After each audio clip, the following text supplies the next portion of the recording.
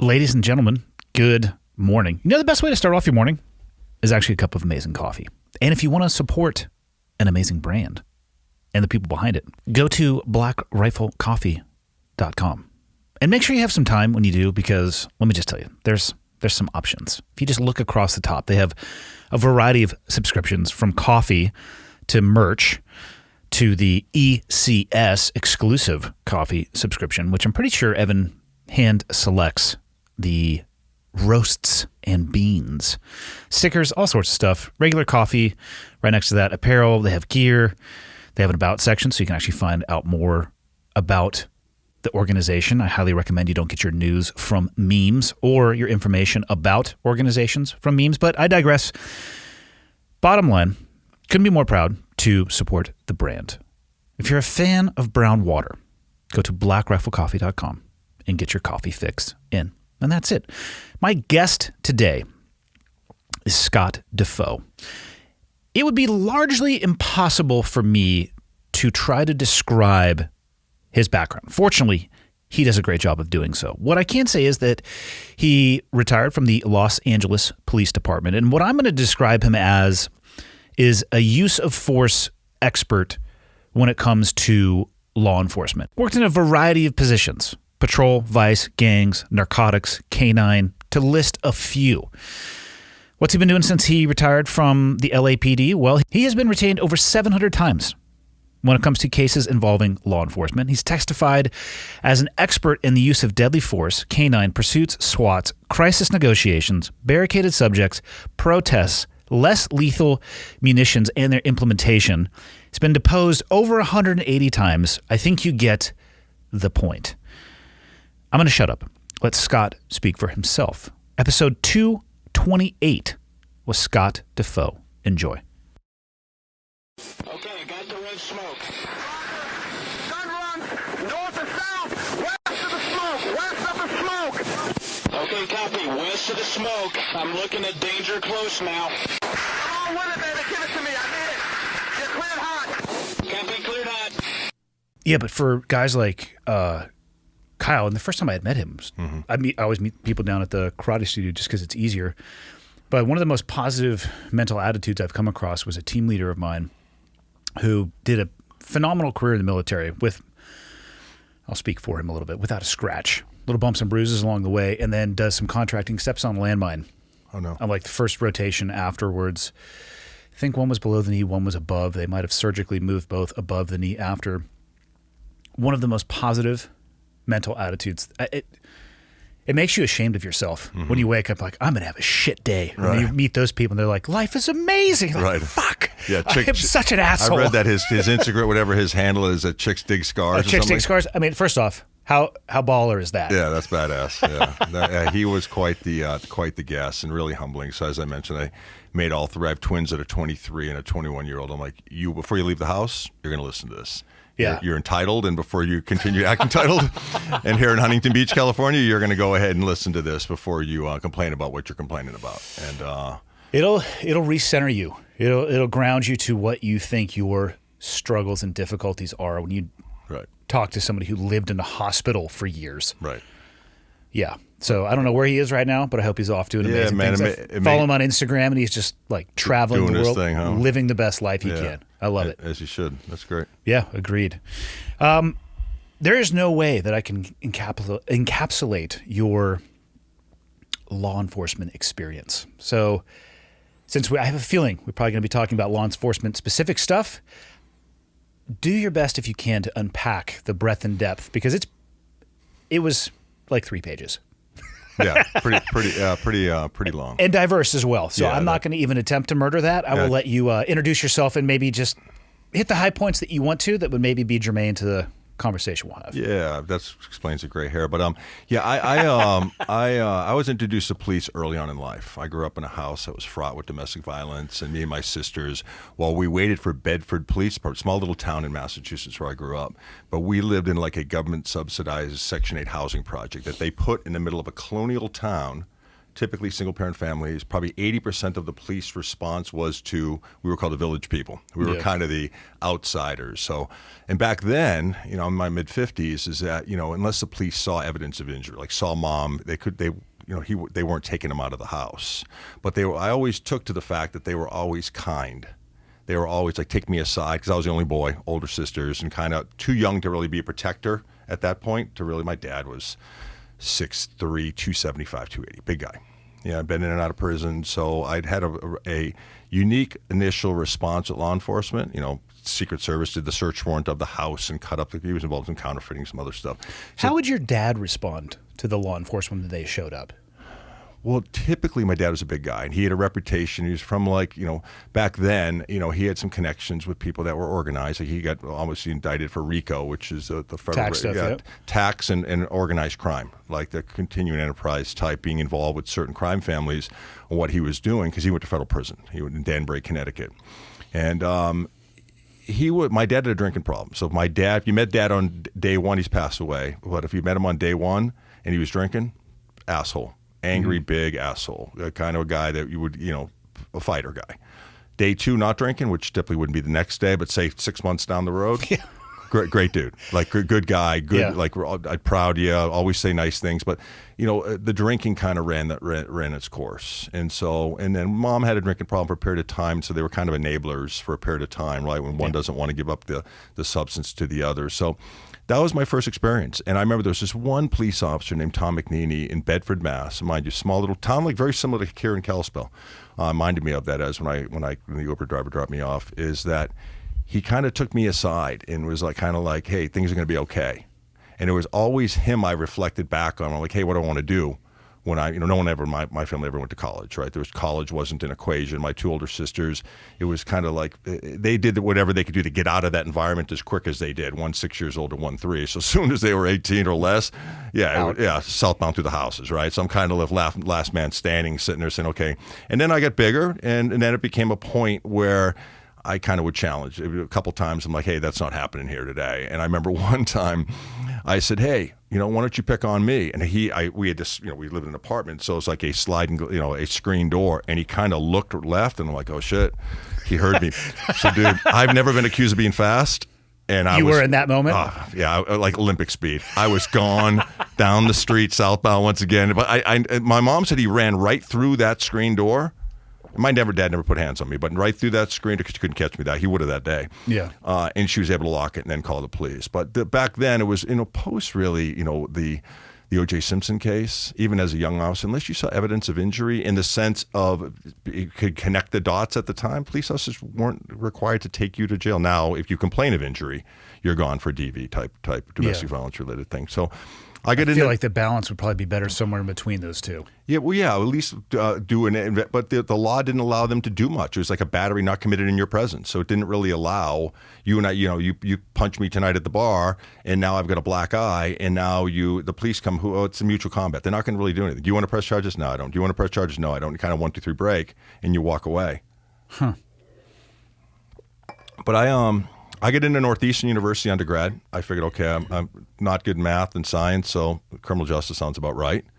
And so I told mom, I said, hey, I got into Northeastern. It wasn't no college plan like it is with my kids, right? Pass a class, fail a class. It was like, okay. And back then, Northeastern's $30,000 a year. So I said, by the way, I joined the Army Reserves, and on my first airplane ride will be Tuesday when they pick me up the recruiter curbside. So that was kind of, so I figured, okay, the Army Reserves offered money for college. Let me jump on that ship. So I did that ship for 6 months. But I went to Northeastern.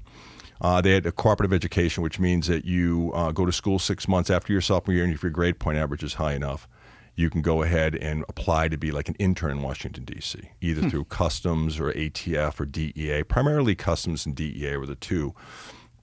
So my university, Michigan State were the 3 main schools. So I applied, and I got selected. And I went down there, I think my sophomore, junior year for 6 months. And then I came back to school. And we'd go to like North Virginia Community College at night to try to cut down on tuition expenses, much cheaper than Northeastern. And then the second go around, the second 6 months. And if you do that for a year, you get hired on competitively as an agent. So when I graduated, a guy I worked for in Washington, D.C., liked me and this guy named Dan Eckhart, both kind of fit younger guys, and wanted that to bring that kind of to the San Francisco office. So I got hired, went right to FLETC. Right after graduation, I went to FLETC about a month or two after that. And What year is this? 1988. Okay. So went to FLETC, and a bunch of us that I all hung with and drank with, and all the guys I went to college with, and we kind of did our rabble-rousing, doing our stuff back then. We all, about 6 of us, ended up going at the same time, which was cool. So we kind of transitioned that party from Boston down to Glenn County, Georgia, where we went. So went down to Georgia, and then I went out to San Francisco. And right when I got there, I was signed to Drug Enforcement Administration's Organized Crime Drug Task Force. So they took me. I was employed by Customs Service as a special agent, but they put me in OCDET, it's called. It's a multi-agency type task force. Worked there for about a year, and I'm working with San Francisco Major Narcotics, and I'm like, and we're doing these 80-hour weeks. Now, mind you, I'm a GS7 making $30,000 a year. Surprised you're making that much as a GS7. And I think that was with cost of living and the whole thing in. And I'm still, even though the Army paid off some of the loans, dude, I'm still $20,000 in, right? Yep. So we're renting our furniture from court. Me and this guy, Danny from Michigan State, we're kind of living in Foster City and barely making it happen. We had a take-home G-Ride, which was good for the clubs at the time. You could get out and, date in that thing with the Styrog they'd give us. We didn't know how to shoot in the trunk, the kind of stuff as a typical Fed. We're like, what the hell is that thing? Loaded with bullets and fire, press away. But so I worked OCDET, and then I realized after like a few months, I'm like, San Francisco Major Narcotics, like, hey, we're going to do surveillance again. And I'm like, really? I want to go out with the date, and it's time and a half. Municipalities every hour after 40 or after 8, you're getting time and a half. So it was money generated. I'm like, and I'm talking to these detectives like, oh yeah, I made 150 last year, 140, 170. I'm like, that's a better number than 30. I'm not smart in math, but I figured that one out pretty quick. Yeah. So worked a case that emanated in the Bay Area, money laundering, drug smuggling type case. Ended up in Jewelry District downtown in L.A. Talked to a couple detectives, Major Narcotics, did some search warrant down there, and LAPD SWAT had done the warrants. I'm like, wow, I'm pretty enamored with that whole thing, what was going on down there. So I applied to LAPD back in at the end of 1989. So it was only at Customs for about a year and a half. Yeah. But I had to go to their full academy. I was going to ask you if the FLETC counted for anything. No, it didn't count for anything at all. There was me and another guy named John King, and John King just passed away. There was a guy that came from DEA. We came around the same time. John came from the LA office. I came from San Francisco. So we were kind of, people looking and saying, why are feds leaving federal service, the so-called with the pretty business card and a nice title, to go to municipality? And That's a good question. Yeah, it was money driven, right? It was really, if you look at it, it was money driven in the sense where you're going to be working dope most of your whole career. And granted, you can promote, and then you're going to Washington. And if you ever want to have a family to bounce around you, as you know, you're going to have to get, to make GS 13 or 14. You may get an attaché job overseas. Some pretty cool stuff if you want to do that. But I was more like, if I'm going to settle down, I'm going to want, growing up with a single parent family, I'm going to want to be at the T-ball games and the AYSO games. I'm going to want to be at all that stuff that no one was kind of at for my stuff. So that was the motivating factor. But so I went to LAPD Academy. First assignment out there, I was my class leader, so I could pick what division I want to go to. And everyone's like, hey, if you want to really know the score down here, you should probably go in South Central LA. And back then, 77 Division, which that and Watts are called Southeast Division, 2 main South Central divisions. And at the time, I went there after the 6-month training with the academy. I went down and I worked in 77th. In 77th, it didn't look like the housing project. It didn't have the high tenement buildings. It was manicured lawns. It was kind of quiet. It was during the day. And I'm working graveyards. At that time, we worked 8-hour shifts. We weren't on the 312 and 410. And I remember loading up the car at it was like 1,500 hours, 1,600, whatever. I had this, I'm like, hey, what was that? He goes, oh, that's automatic gunfire. I'm like, oh, super. So, and then no big deal. Yeah, no big deal. And so that year alone, my first year, there was 172 murders in a 6 square mile division.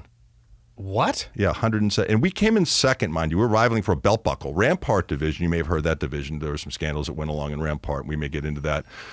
But Rampart Division was a parallel division. They had like 172. They beat us by 3 or 4, and some guys were actually like, sporting the belt buckle, 187 Division of the Year title, like they won something. I don't know if that's a good title to be competing for. Right, and those are the ones that died. So mind you, every single call, that's true. Every single call was, and back then, being from New England, I'm like, wait a minute, I'm thinking colors, Bloods versus Crips. That's what I'm thinking, right? And you get down there, it's like, no. The 2 biggest gang rivalries are Rolling 60s and 8-tray gangsters. Both are Crip gangs, both in 20 blocks away, basically, that permeate in that area. Crip on Crip.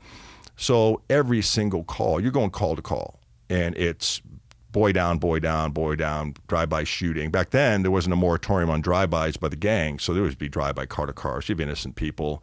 Yeah. You're seeing these kids, gray matter on the floor. I mean, it's just for the first exposure, I kind of looked at myself after a couple months. I'm like, what am I doing? I went from, kind of house cat to alley cat, like kind of overnight. White collar to blue collar, real fast. Yeah, real quick. Where you're not looking at the guy up in Marin County that's smuggling marijuana. As you follow him around his Porsche. In his schooner. Yeah, following him around in his Porsche to and from the whatever he's going to some screaming mom on the side of the street that's howling because her boy's on the ground right there, right, and nonsensical related violence. So after a year with LAPD, they didn't have to bounce, so they bounced out of the bureau. So then I went over to Northeast Division, which is still by Dodger Stadium. But area still permeated with gangs, not near the volume of what 77th is, but they make you leave the bureau, which is probably good. Because if you went from 77 to Watts, you talk about post-traumatic stress, it's building at that point. Because just what you're exposed to, especially as you're younger, most of these guys are 21, 22. A lot of these kids' moms still packed them a sack lunch with their name on it. Now they're working down in South Central LA and having no idea what South Central LA is, right? They're building the foundation for sure. Right from there. What could come. Yeah, so went over to Northeast, worked like patrol, worked gangs, worked special problems, worked like a mid-level Mexican mafia task force. We're monitoring like mid-level gang activity, plainclothes type deal. So good gig, a little bit more autonomy to do more investigative stuff. From there, I went over to Vice, which is like a police officer 3, like a corporal, which is prostitution, bookmaking, and gambling over in like the Wilshire area. So picking up prostitutes on the street, working in the Hollywood area, working bathrooms, mail on, that type of environment where you're working in, in-call sex clubs, all of that, kind of dark, seedy type stuff that happens after hours that some people, and myself included, think that maybe not even should be criminalized. It's kind of, that contract that you have with the girl on the street. Make the choice that you want to make, Yeah, well, the thing is, hey, listen, I'm going to do something for you for $30-$40, and it's going to take about me taking you to Morton's for dinner and doing all this, cut to the chase, let's do it in exchange, other than the plight and all of the stuff that happens with that stuff that happens on the streets, right? As long as it is consensual, I don't have an issue with that. Right. I think that if you make a lot of that, what you're talking about, illegal, it's burning up a lot of the bandwidth of officers like yourself at that time period that could have directed it elsewhere. Right. The point being, though, it has to be at least consensual. If that's what you want to do with yourself, I'm not here to judge. It's when it's non-consensual that I have the issue. Or that you live in maybe the area, and now you look out your window and you're doing homework with your 10 and 11-year-old in the room, and people are having a car date in front of your house. And probably not the best. And then the condoms on the thing. Yeah. So that was kind of the community perspective response and the nexus to drugs, right? So every one of those fraught with either homelessness, drugs, pimping was still big back and then. So at that time, where it was much more structured. And then while working Vice, got ambushed, got hurt. I was out of work for a bit based on the ambush. Thinking once again, plain clothes, plain car, rival gang neighborhood, a couple guys tagging. They see our car, maybe think it's a rival gang driving like a 78 Buick, right? White dude with a beard, not fooling anybody, right? Kind of thinking maybe a cop, maybe not. Mm-hmm. And they just open up in the car. So I get hit in the mouth, get out, return fire, get hit in the leg. Yeah. What caliber? Shotgun round through the windshield. Fortunately, 32 caliber. So fortunately, it didn't. The old glass of a car. Yeah. That hit me at the upper mouth. Shot piece of the 32 came up under here. Put a good decent sized hole. Cedar Sinai did a pretty decent job at it. My vain ass looked in the rearview mirror and thinking, okay, this doesn't look good. Thinking,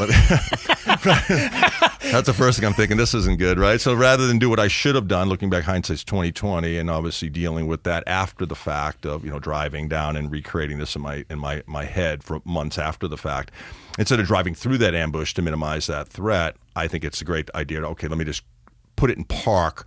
Go to the back of the car and then address. Now, I'm just seeing gunfire emanating. We had between 5 and 8 shooters, they said, is what Robbery Homicide said. So the car's getting peppered. Car get hit like 30-something times. So as I'm driving, as I'm going to the back of the car, I realized that the stick shift, upper column, wasn't quite all the way in park. Yes. It was in neutral. Yes. Yeah, it's a great choice. Yeah, sometimes cover moves. Yeah, and it did. It moved on me as I'm coming around the back, and the 45 round went right through the middle of my left leg, so lower calf. So that kind of ended that night. So became a big victim on the crime report that night, which once again didn't do well with my personality probably at the time, and for months or a long time after that, right? As we moved on in our career, so got laid up a little bit.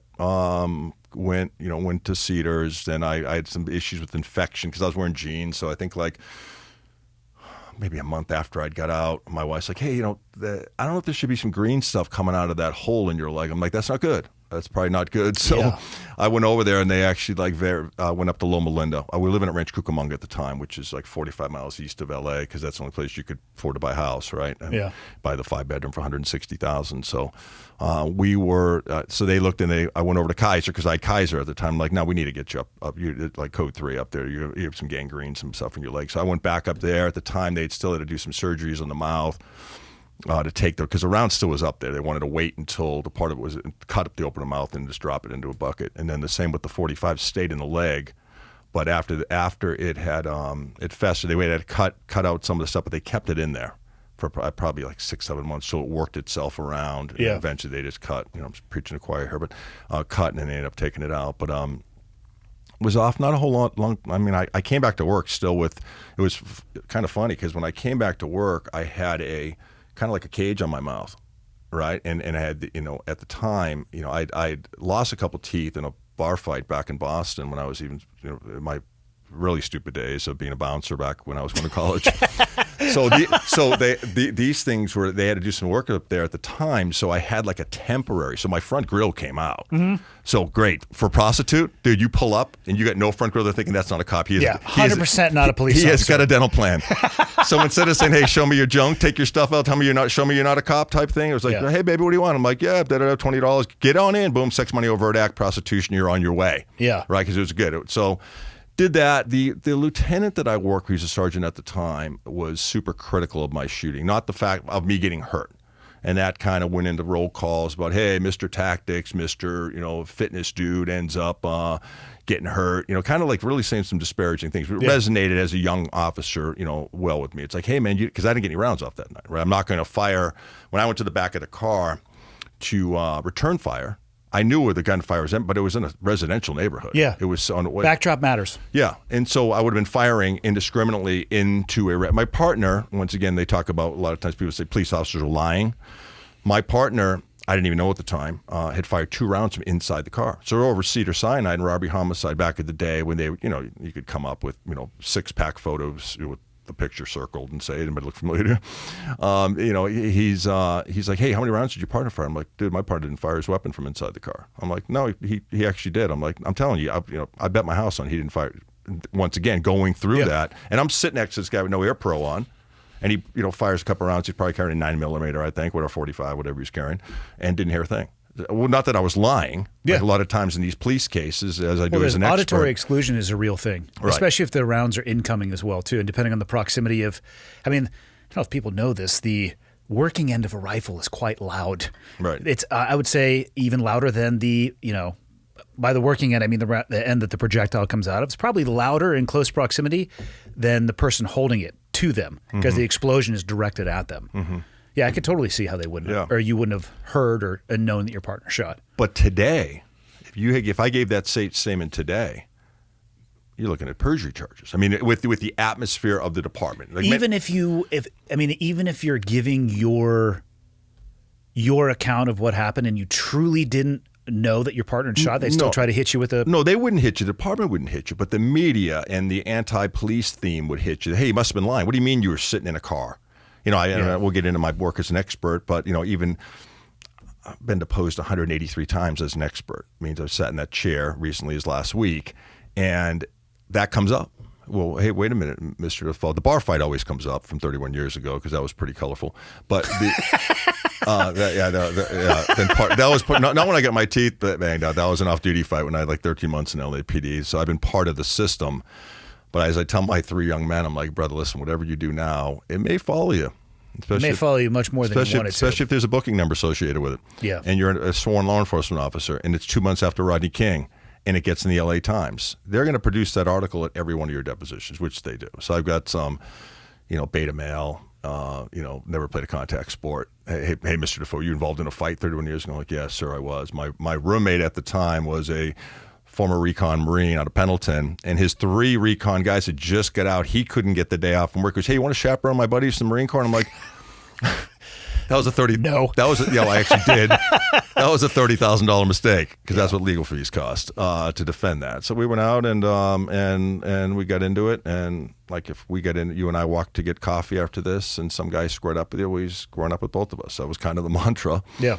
Tried to break it up and got involved in it, and that was it. Took responsibility, went to my Board of Rights, accepted full responsibility, and move on from that. But to get back to the career, I because of what that sergeant was saying, kind of disparaging things. I mean, at the time, I would drive.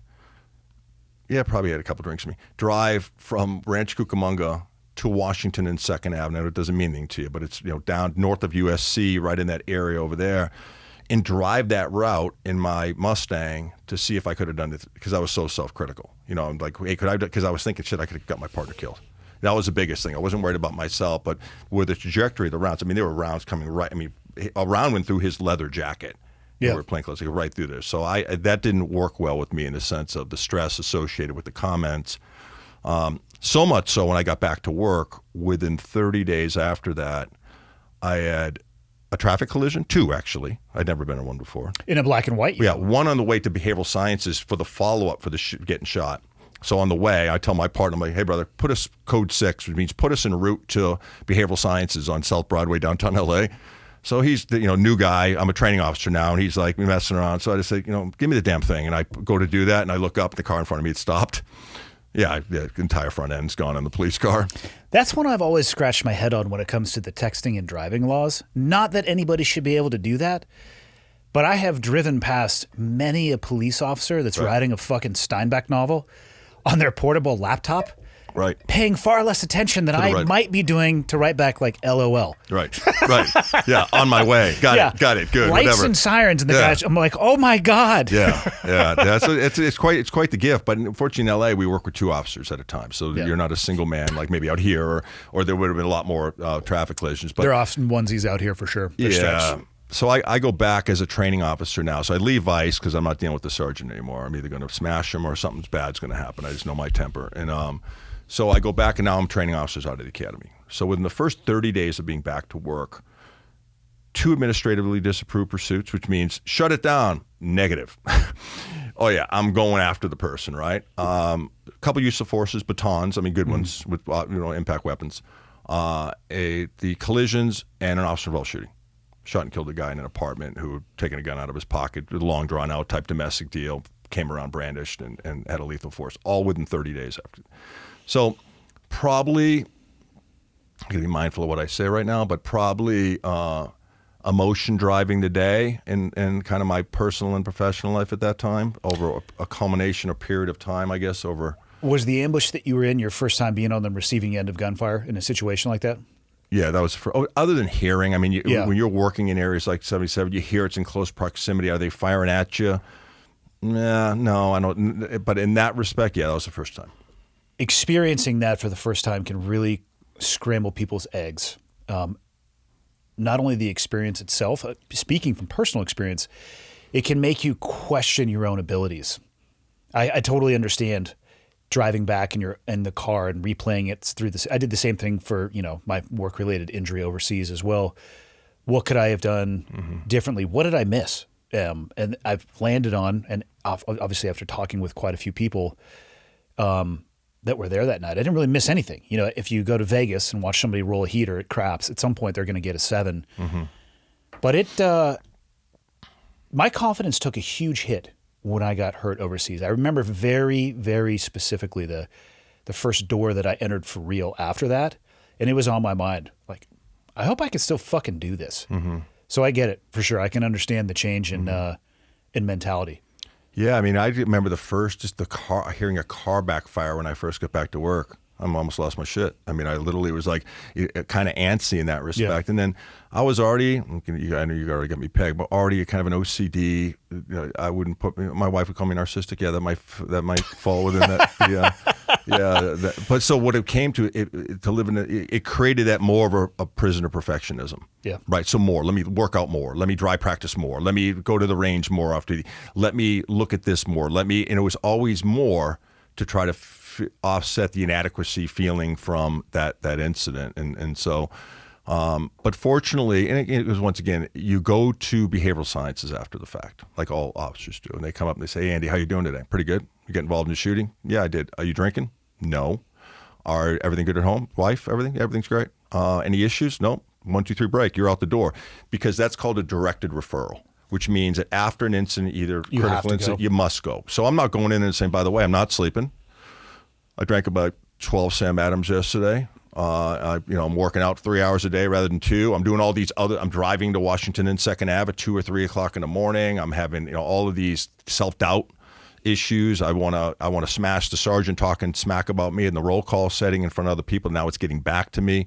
They're not asking those questions because you're not giving those answers. Because if you say yes to any one of those, you're a rubber gun squad. You're on the desk. That's what I was going to say. What would they do at that time period if somebody had said those things? Well, no one would. And if they did come back, and that's the problem with a lot of officer suicides or officers' careers that get worse because of the stress associated with the career. No one grabs them because, and I know behavioral sciences section from LAPD, they try to do the right thing. They're only going off of what you give them. Mm-hmm. But if you give them any more than what they're asking, in the sense of yes, no, because that's called a directed referral, means you must go after shooting, then you're going to be put on the rubber gun squad, which means you're going to either be, and it's not just being put on the rubber gun squad, which means you're going to take your pistol and put you in an administrative job, which you'll never get back.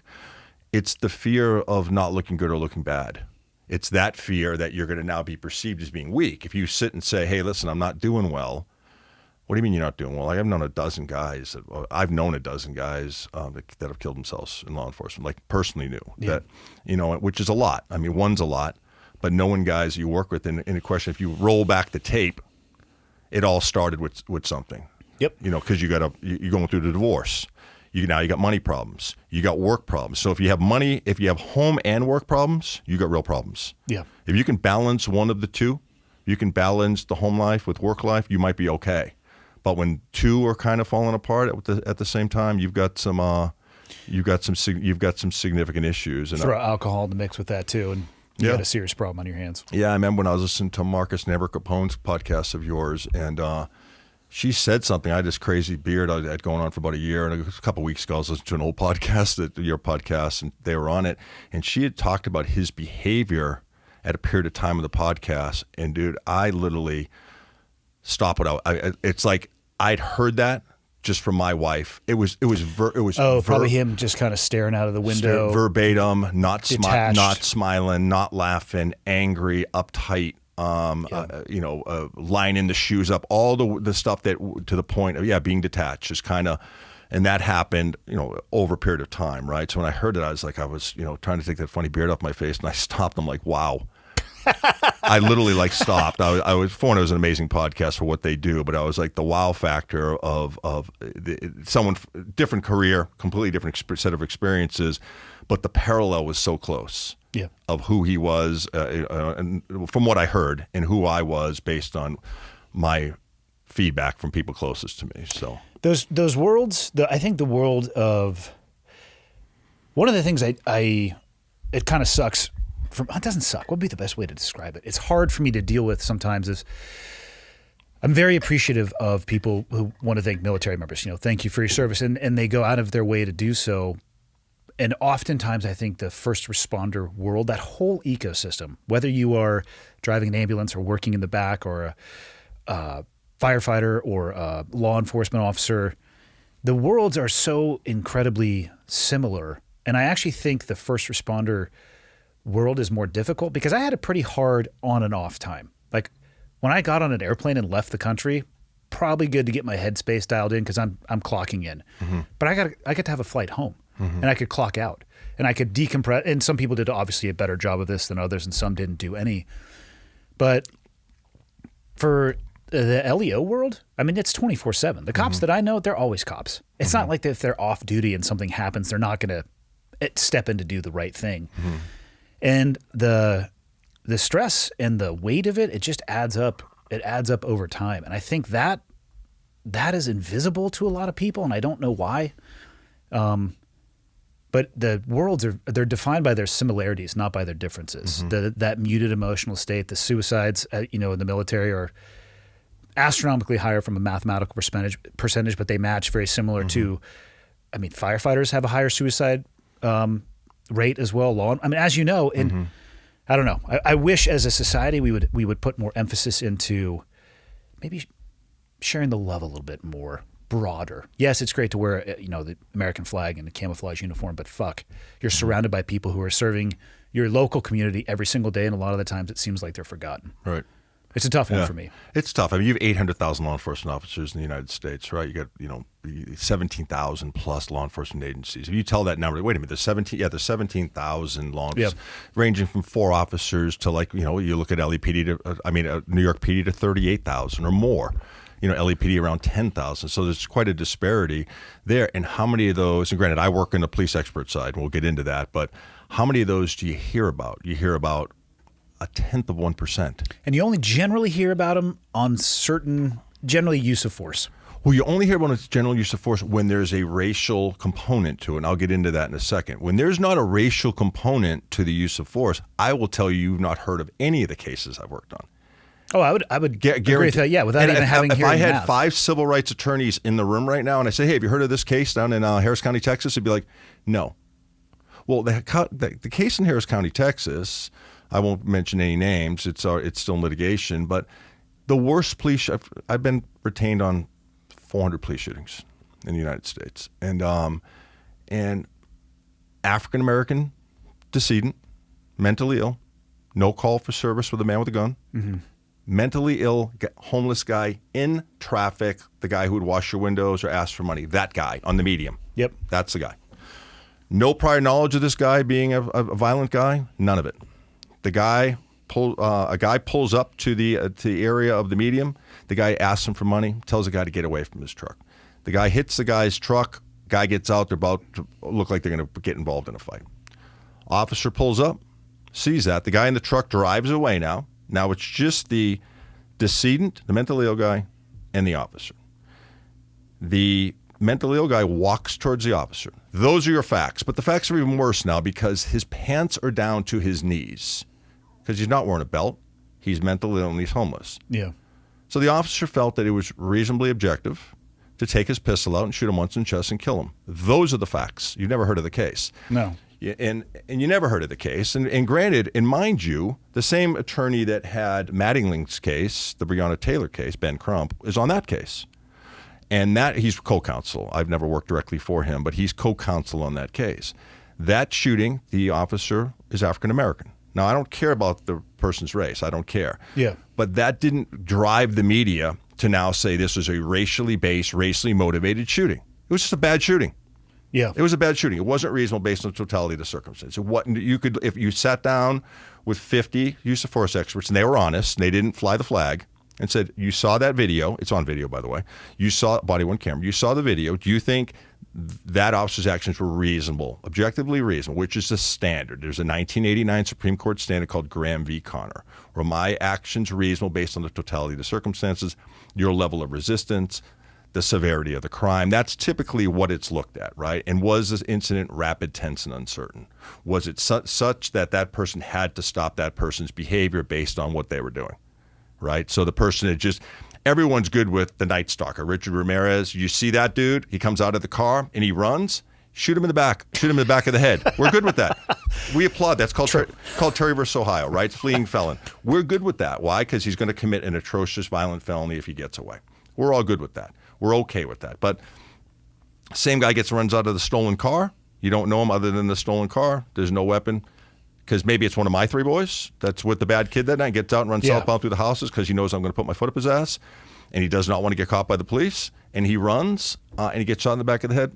I'm going to sue, right? There's no doubt, right? As a dad, and if any other law enforcement guy says they're not going to sue, they're As a reasonable citizen, you would. You'd sue, right? And so we expect the level of policing to be better than that, but that's the anomaly. That's the cases that you don't. That's 800,000 officers with millions of interactions, and of those fractions of those million interactions. Not to say that the officer needs to do better, if in fact there's a gap there, but at the same time, it's such a small percentage. So getting back to the career, I went from there. I made detective.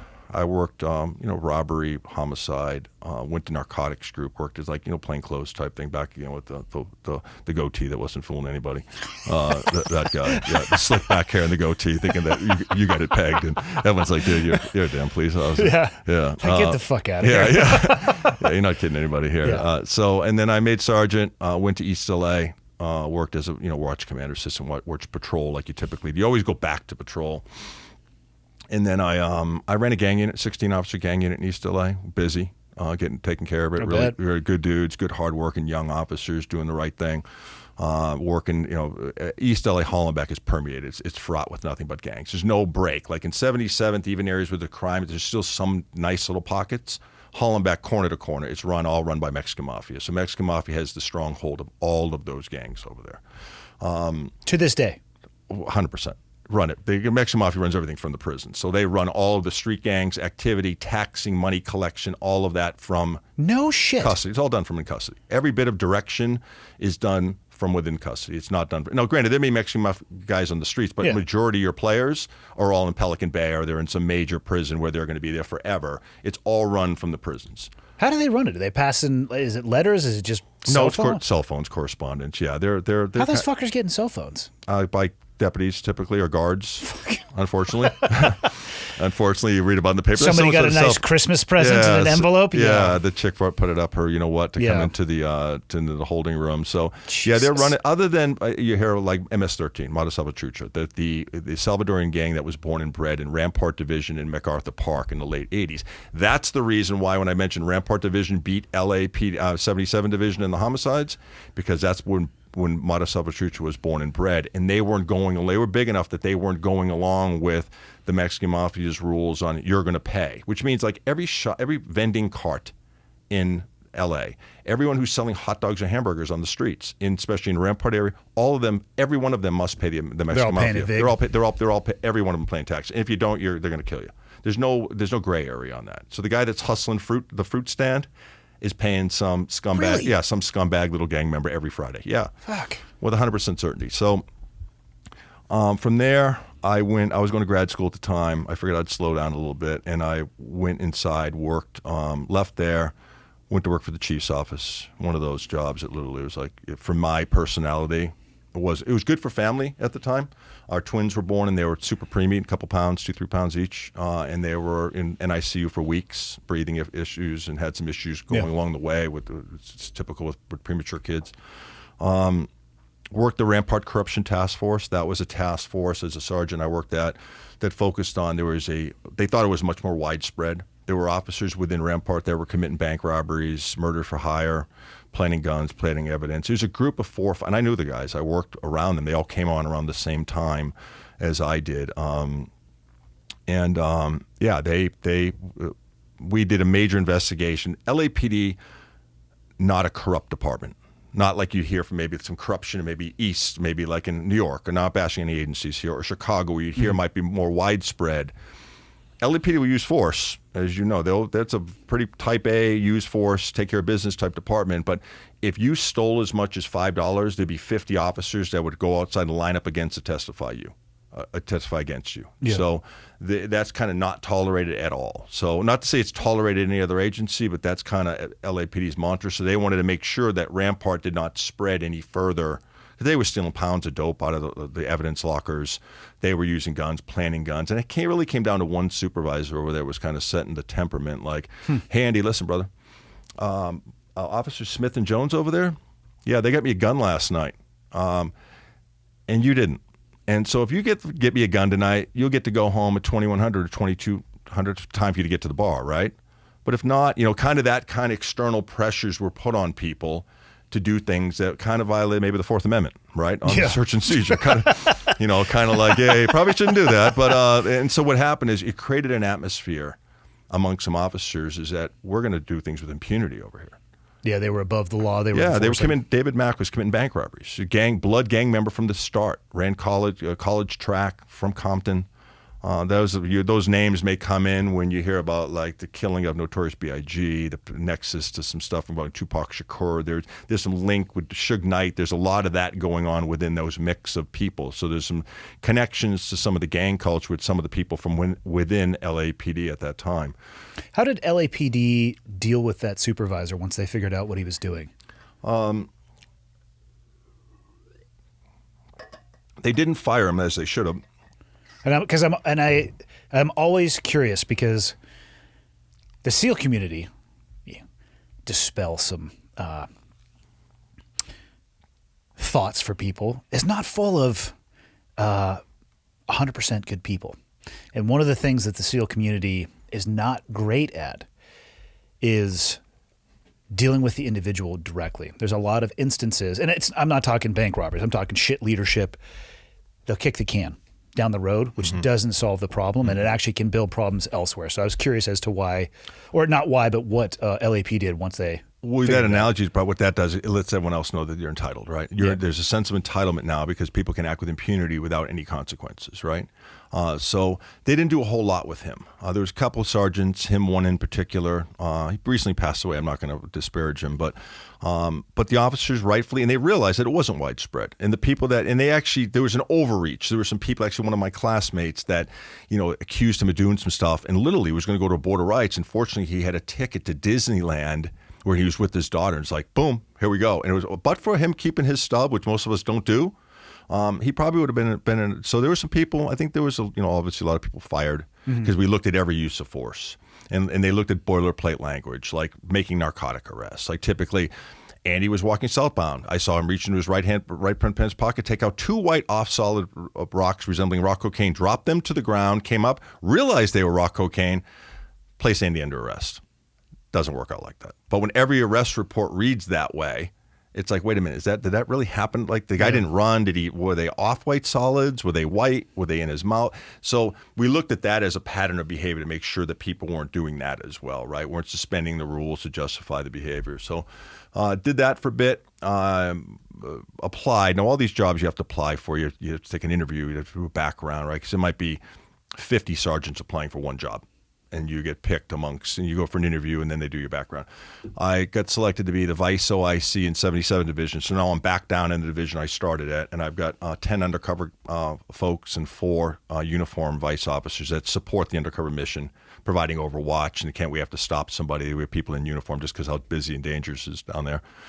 Did that, applied to Metropolitan Division K-9 platoon, and Metro has SWAT, K-9, and mounted. And to get into Metro, incredibly difficult, especially when you have my bad days that I took for that fight. That was always the wild card. Hey, brother, we loved you. Did great in your interview. Good thing you went to grad school, because that was part of the reason to going, because I needed to offset bad behavior with some type of accolade. So I figured let me go to grad school and try to, because actually a sergeant. Actually, I went to see a guy named Chief Bernie Parks, old chief of police that before he was replaced by Bill Bratton. I went to see him after I got involved in my deal, and I went to see 3 or 4 chiefs. I'm like, hey, listen, this is what I did. I took a major suspension. I got involved in a fight, resulted in an arrest. Didn't fire me. Today I would have been terminated, but didn't fire me back then. Gave me my, rid me my last rights at the Border Rights. I said, what do you think I should do? He goes, get a position of trust, which turned out to be Vice, which worked out. Which it's not easy to get vetted when you have that bad thing. Everything being equal.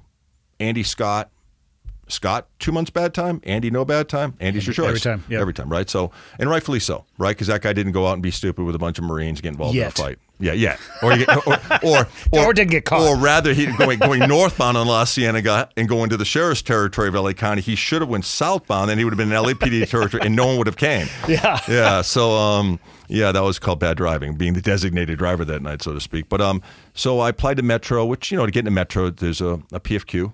Pull-ups, push-ups, sit-ups, 3-mile run type thing to get in. And then it's competitive. You may have 60 or so sergeants applying for one space there, one spot.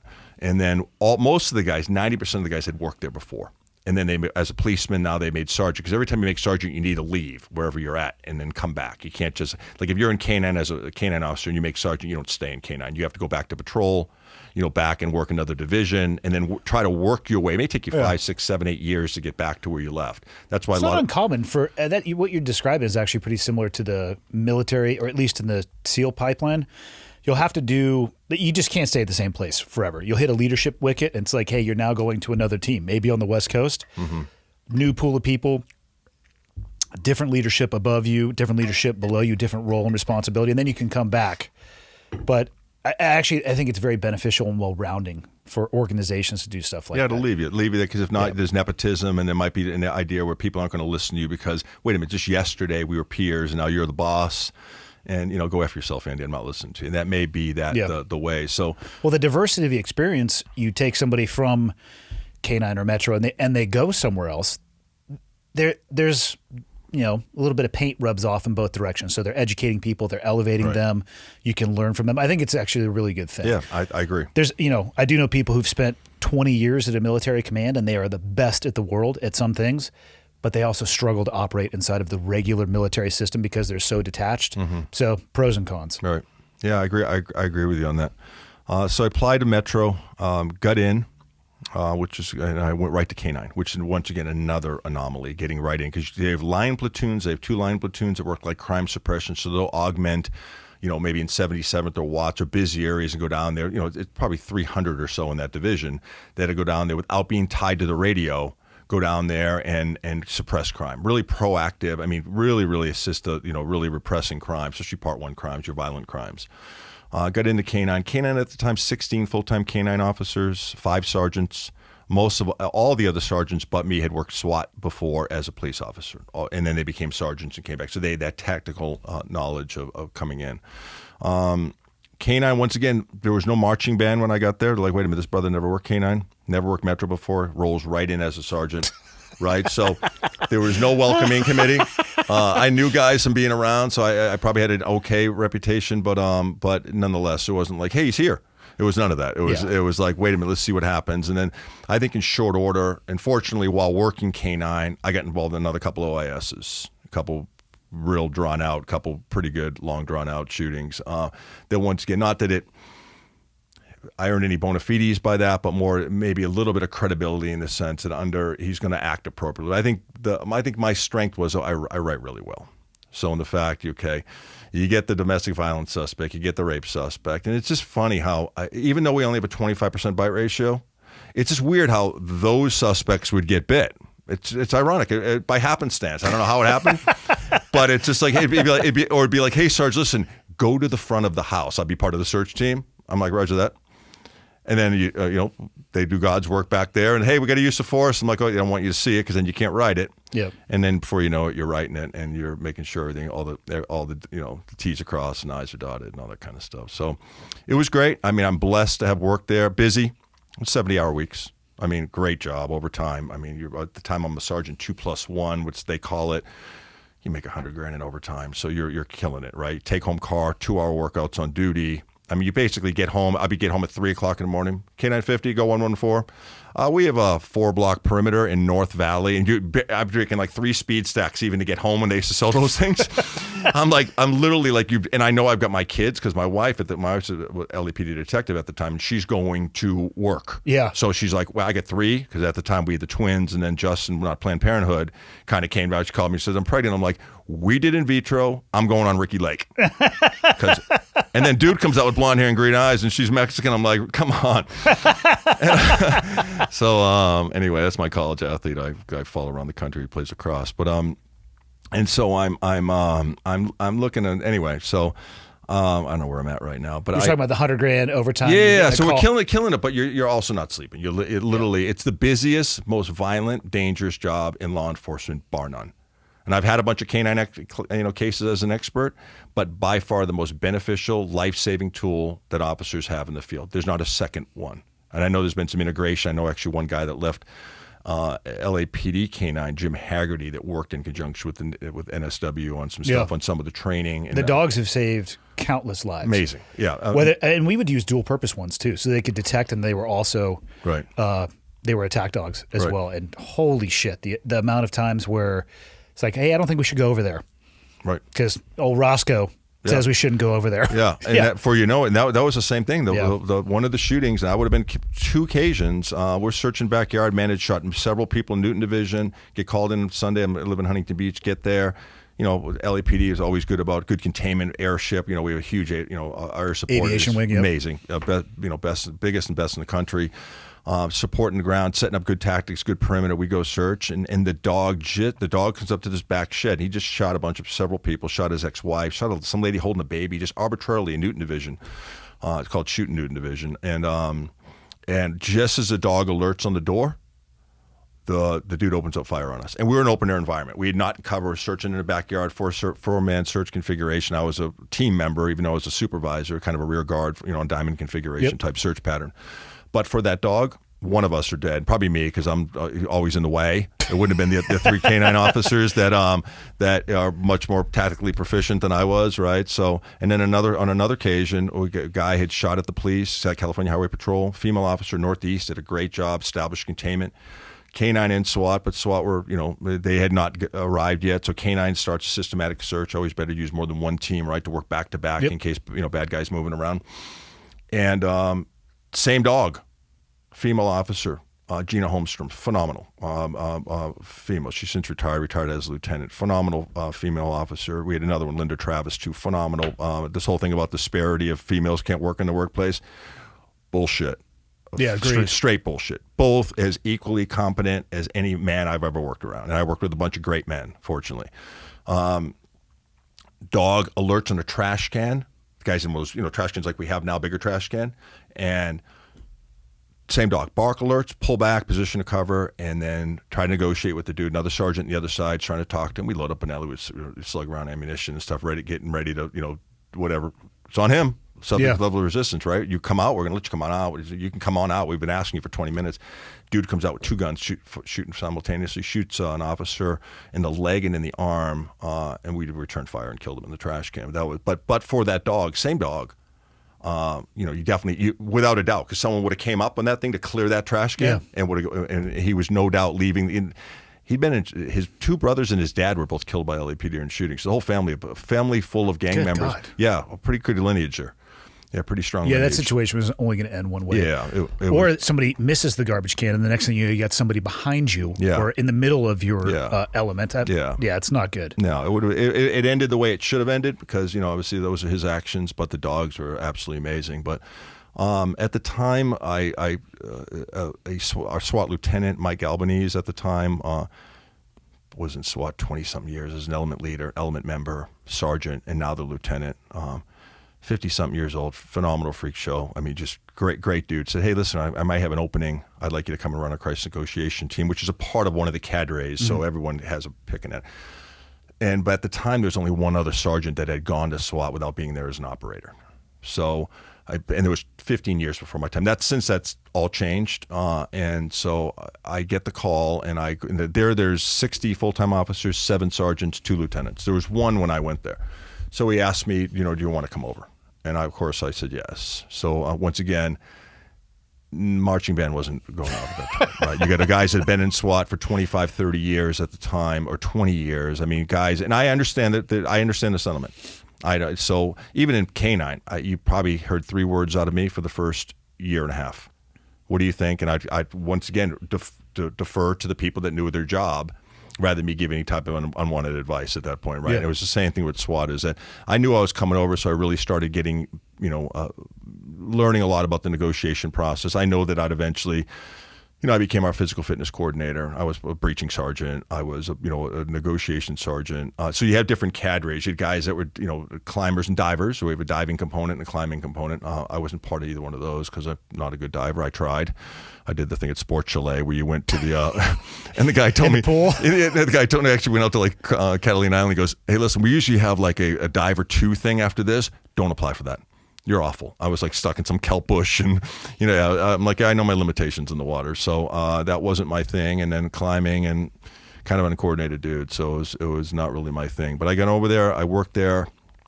Is LAPD SWAT, is that a Full-time job, or is that an ancillary duty? Full-time gig. Okay. Yeah. Full-time gig. You're figuring 150 barricades a year, 100 dynamic search warrants, where there's typically a nexus to barricade and or shoulder weapon. Busy times. Okay. So you're on standby from typically 1900. Once again, this is my time. I don't know what they're doing now.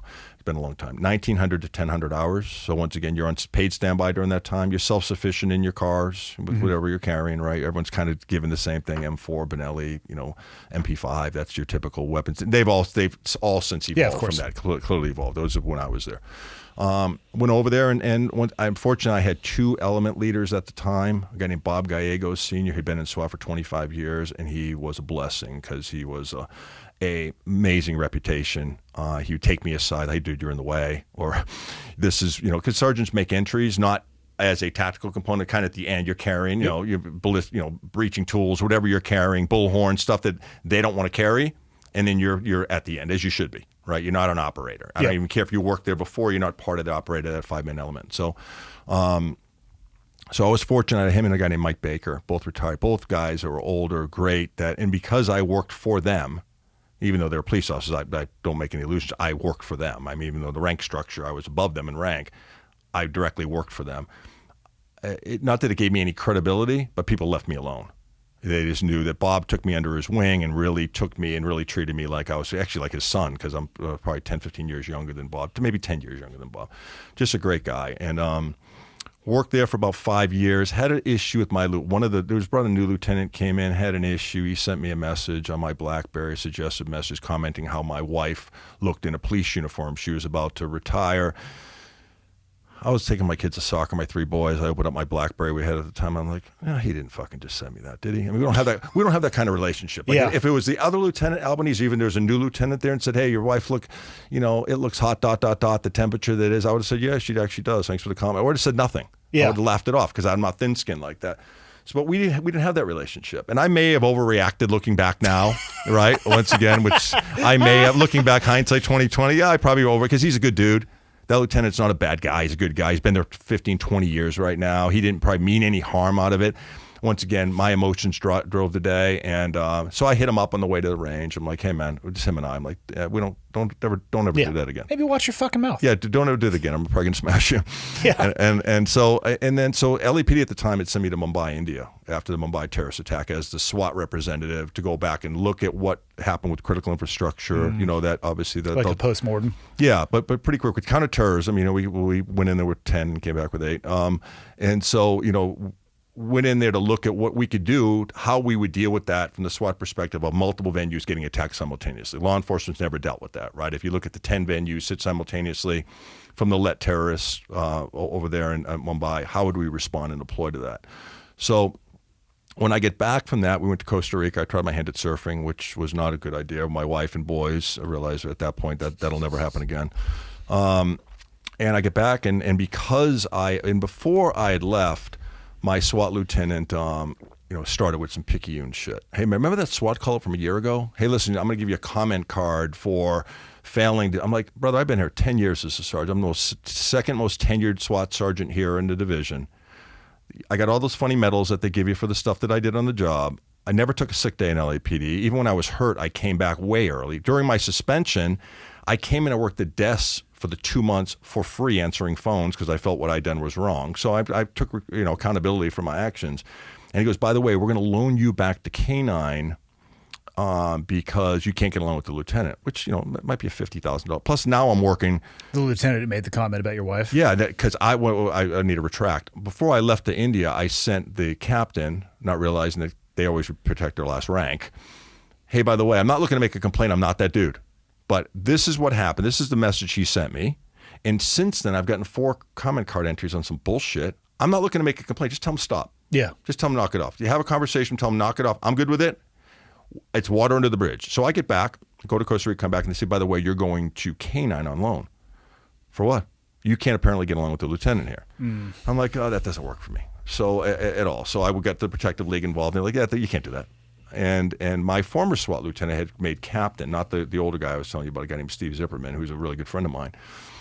He made captain. I call him, like, dude, he's a captain of Southwest Division, which is over right at USC, actually.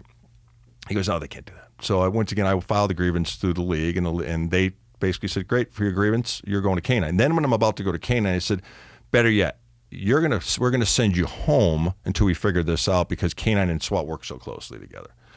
I'm like, you can't do that. Like, you can't. I mean, you can't treat people that way, right? So I fought back as much as I could administratively. Went on loan actually to Southwest for that former lieutenant who took me over there as a watch commander and good. And then finally, they went back and filed a personnel complaint for me from a year ago during a training opportunity I had in Costa Mesa. And I live in Huntington Beach, just one city north.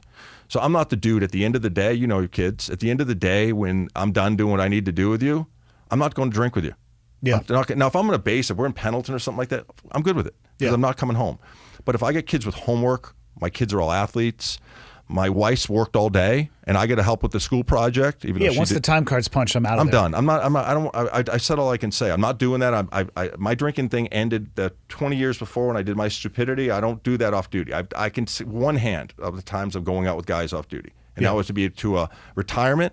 And I'm like, great, pleasure working with you. 1, 2, 3, break, and I'm back home.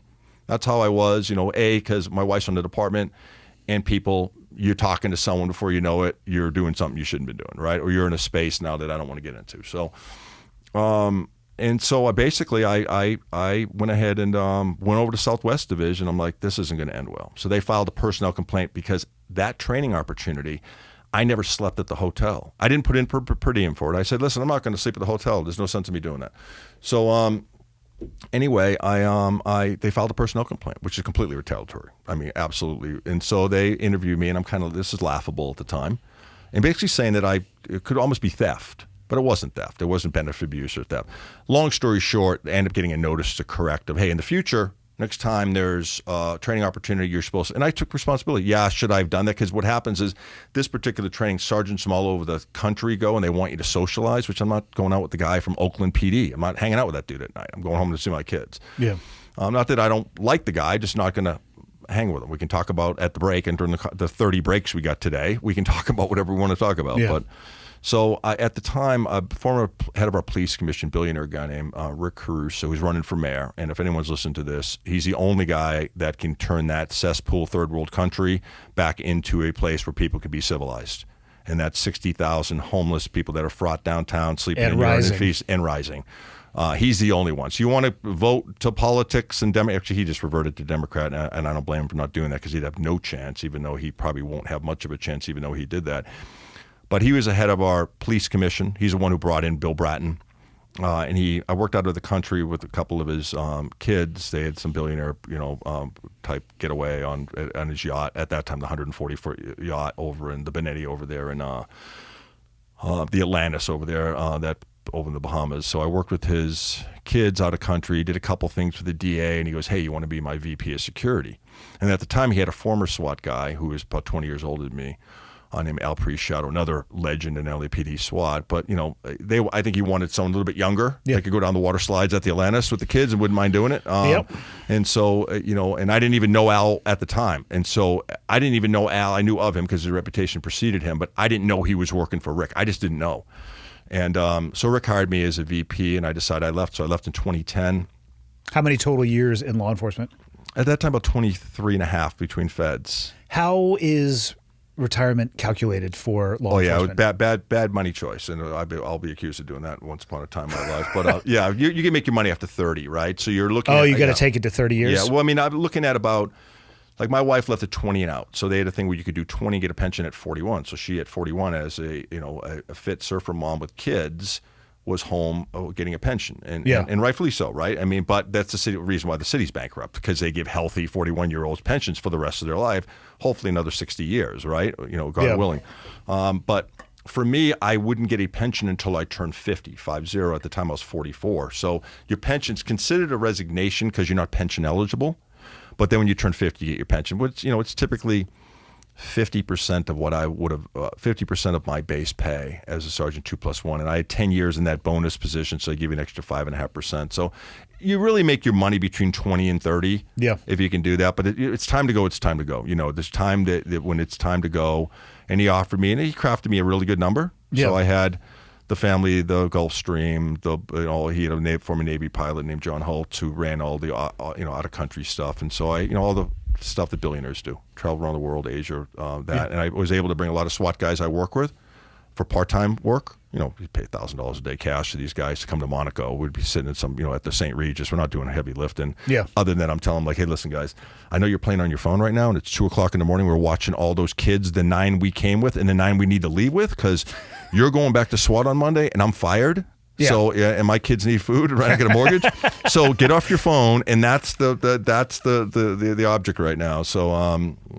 So did that for about 3 years. Working for Billionaire runs its course. I had 13 properties, like the Grove in L.A., Americana brand. He owns all of those, and then he, I have the family that both travel, extended family. I had it all. So those were 70, 80-hour work weeks. The number was good, but that was my first really job outside of law enforcement and military. So after, once again, no etiquette. Didn't read Emily Post's book on etiquette before I went in there and took the job. So I go to the COO 4 months, and I'm like, hey, man, I need about a $60,000 pay raise.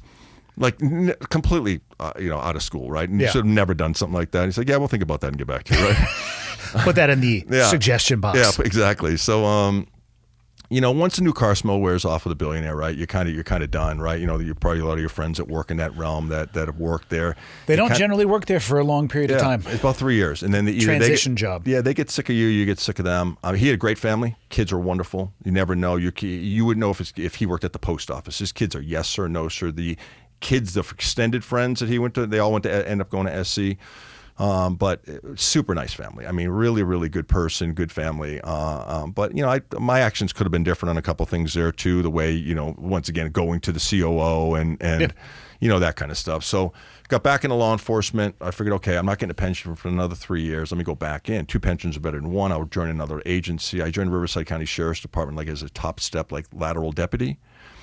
Did that for about a year. And I was driving from Huntington Beach to Riverside County, which is 2 hours on the freeway. That's a hike. Yeah. So then you're going from SWAT sergeant, vice president security, air quotes, to handing out jail burritos at the local detent, because I'm working in custody for the first 7 months. So that didn't work out. That was one of those things okay, I can't do this anymore. I'm not tough transition. Yeah, tough transition. And it was kind of humbling. Life humbles you at times, but I needed a job, and I have 3 kids to feed. So right around that time, I started looking at the expert work. And before I had left LAPD, I went to this use of force seminar, and there was opposing attorneys, one civil rights, one police defense attorney. And today, this is what, if you don't want to get sued, these are the things that you shouldn't do. Like if you look at, the reasonableness of your force, there's some things that you can probably do to mitigate some of the, the risk mitigation for you and for your department. So I hooked up with this one attorney. He said, hey, you want to take a look at shooting for me? I'm like, yeah, I don't know. At the time, originally when I was with Caruso, I didn't want to do that because A, I didn't have the time, and secondly, he was going to run for mayor. So he had a lot of connections with LA, pretty deep in there. So I decided to take a first case. And so it's against. Now, mind you, once again, that's against. Very pro-police, very, a case against the police. Yes, first case against. So I look and I'm like, which didn't do well. So you can imagine the text messages and phone calls I got when that word got out, right? It's almost like, hey, but I heard you just got convicted of rape and you're going to jail. That type of response. Yeah. So, but the shooting was this. I looked at the shooting. I'm like, wait a minute. You got a young 18-year-old kid who's driving out towards Arizona, wants to see his girlfriend who lives in Arizona. Can't get there, so he steals a car. Pulls over in Scirocco Summit, which is that last base gas station that that most people go to if you're heading to Arizona. I know that because my twins went to college in Arizona and still do. And so driving out there, and I looked at the shooting. So apparently what the officer says, I won't mention officers or agencies, says that, hey, he pulled his car, realized it was stolen. So he deploys. On the gas pumps, you have the elevated cement partition, sits on top of it. So he gets up on top of that, and he starts giving this guy commands. Hey, shut the car off. Shut it off. Takes his pistol out low, ready. All good stuff, right? I mean, I got a problem with him being that close, right? But he's still right up on him at the door. Says that he hears the engine rev, thinks that he's going to be hit by the car, and fires 6 rounds into the car and shoots a kid 3 times in the head and kills him. He was going to be hit by a car while standing on the elevated concrete stanchion? My point. No, unless the car levitated in the air and dropped on top of the gas pumps, it was impossible to do that. Yeah. White kid, no racial divisiveness, the stuff that Mattingly was talking about in his podcast, which is eloquently placed in his book that I just read. None of that. It was just a kid from San Bernardino County, parents not from. So I looked at him like, that wasn't reasonable. Like, that shooting's not reasonable. That guy, either through subjective fear, wrong sport, too much caffeine, whatever got him to that space. I got kids, and if that's the level of service this person's going to provide, and granted, it's wrong. I don't know the reason why, but that's what happened. So I took the case, and literally the fallout from that was pretty significant. Like guys who used to talk to me before would be like, "Hey man, I heard you took a plaintiff's case." I'm like, "Yeah." Now mind you, every plaintiff's case, every one I've handled, I've mentioned I had 700 cases, not all plaintiff's cases, but 700 cases, and not one time does a civil case. I don't take criminal cases against police officers. I've testified. In fact, I do them for free. I testify on behalf of the officer for free. I've got a case coming up right now. I'm defending an officer in an off-duty shooting. I also defended an LAPD officer at his Board of Rights administrative tribunal. He was terminated. It got a ton of national attention. I'm going to testify at his criminal hearing, actually criminal trial, pardon me, because of the failure for LAPD to train people while off duty. That's kind of and I typically don't take cases against LAPD because my pension check comes in the mail. I don't want that to disappear somehow. Yeah, also, reasonable. Direct deposit, and they provided me with it. And I stayed a reserve, I didn't mention, from 2010 to 2016. So I stayed for 6 years. I was a shootings tactics instructor, reserve officer, level 1. You carry a gun and a badge because I hadn't got my pension yet. And I wanted to keep the relationship with in case I get involved in something off duty, it's going to be within course and scope. Yeah. So, what's the difference between a criminal and a civil case? Criminal is, I'm assuming, you could go to jail. Civil is more financial. It's all fine. It's the cases that I will take against are simply civil. I won't take a criminal case. The guy testified in behalf of a LAPD sergeant while off duty, brandished a firearm at a sushi restaurant. This past November, I testified in his behalf they were looking at nine charges. And for him, great dude, 25-year guy, total overreach by the city attorney's office and district attorney's office in LA.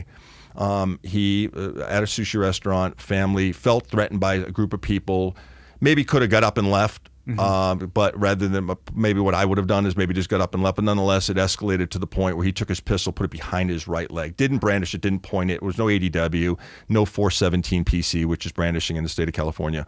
None of that. So they filed charges. But the problem is he worked counterterrorism, Middle Eastern guy, Middle Eastern descent, I believe. I don't want to misspeak here, but worked deep undercover for years. And LAPD has components of that do that. So what they said is, listen, you take an anger management class, we'll take all your guns, and then we'll call it a day. He's like, not doing that. I'm taking it all the way. I need to protect my family. And I'm like, right on. So got engaged with that attorney there, got retained, and then I testified. And he got a not guilty, which is good. Yeah. Criminal is typically going to be like in Mattingly's case. If you look at, they'll file criminal charges on some people, right? It's a rarity, as it should be. It's a complete rarity. But the civil matter is, I've never worked a civil matter where $1 has come out of an officer's pocket, ever. They don't, even though they're sued, the city or county is picking up the tab. In fact, you're probably on overtime during the court trial. And granted, you may get sued, and rightfully so, because if that was your child and that happened, if that was your child in the car at the gas station, you'd sue. Hey, I'd probably do something more than that. I'd probably be a little more drastic. Yeah. But in conjunction with me going to prison for the rest of my life, I would still sue because that's my kid, and that's not reasonable what you did. So, and then, for instance, too, I've got another, I get retained by like the Huntington Beach Police Officers Association for like arbitrations. I do those as well, representing officers. I won't take any cases where an officer is going to lose a dime in the sense of being suspended. So I'll take cases where I testify, the use of force is reasonable. He may get a couple days suspension rather than a 30-day suspension or 40 or some big hit like I took when I was during my stupidity times early on in my career. The civil cases I'll take. A, the person can't be armed. Secondly, an officer can't get hurt. So if the officer gets injured or the person's armed, I turn down 40% of them all week long. I'm like, attorney will call me. Hey, this is what I got. I would have shot him 10 seconds for those officers did. Thank you for the call. And mind you, that billable is crazy high. I mean, you could take that money. The retainers are high. The hourly is a lot more than I should be making. But it's high. So you could take that. And there's a lot of guys that will.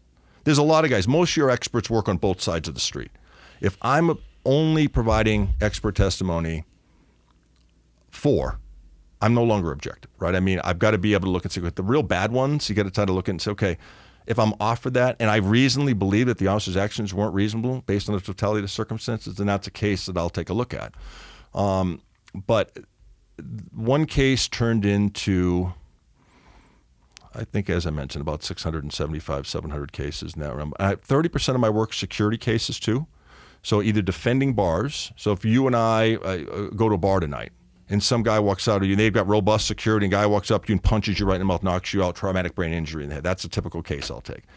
Could the bar have done anything? It's called foreseeability. Could the bar have done anything to be able to stop or mitigate that? Even with the most robust security, no, they couldn't have, right? Unless there were pre-fight indicators. Maybe you and him are chipping all night. Yeah. You know, your target glancing, your bladed stance, your all those other, things that you may be doing, right? Target glancing, all tightening of the jaw, those things that we look at from a type A and say, probably going to fight, right? We've seen it 100 times. The pre-violence indicators. Oh, the pre-violence, yeah. So if that's the case, then yeah, maybe there was.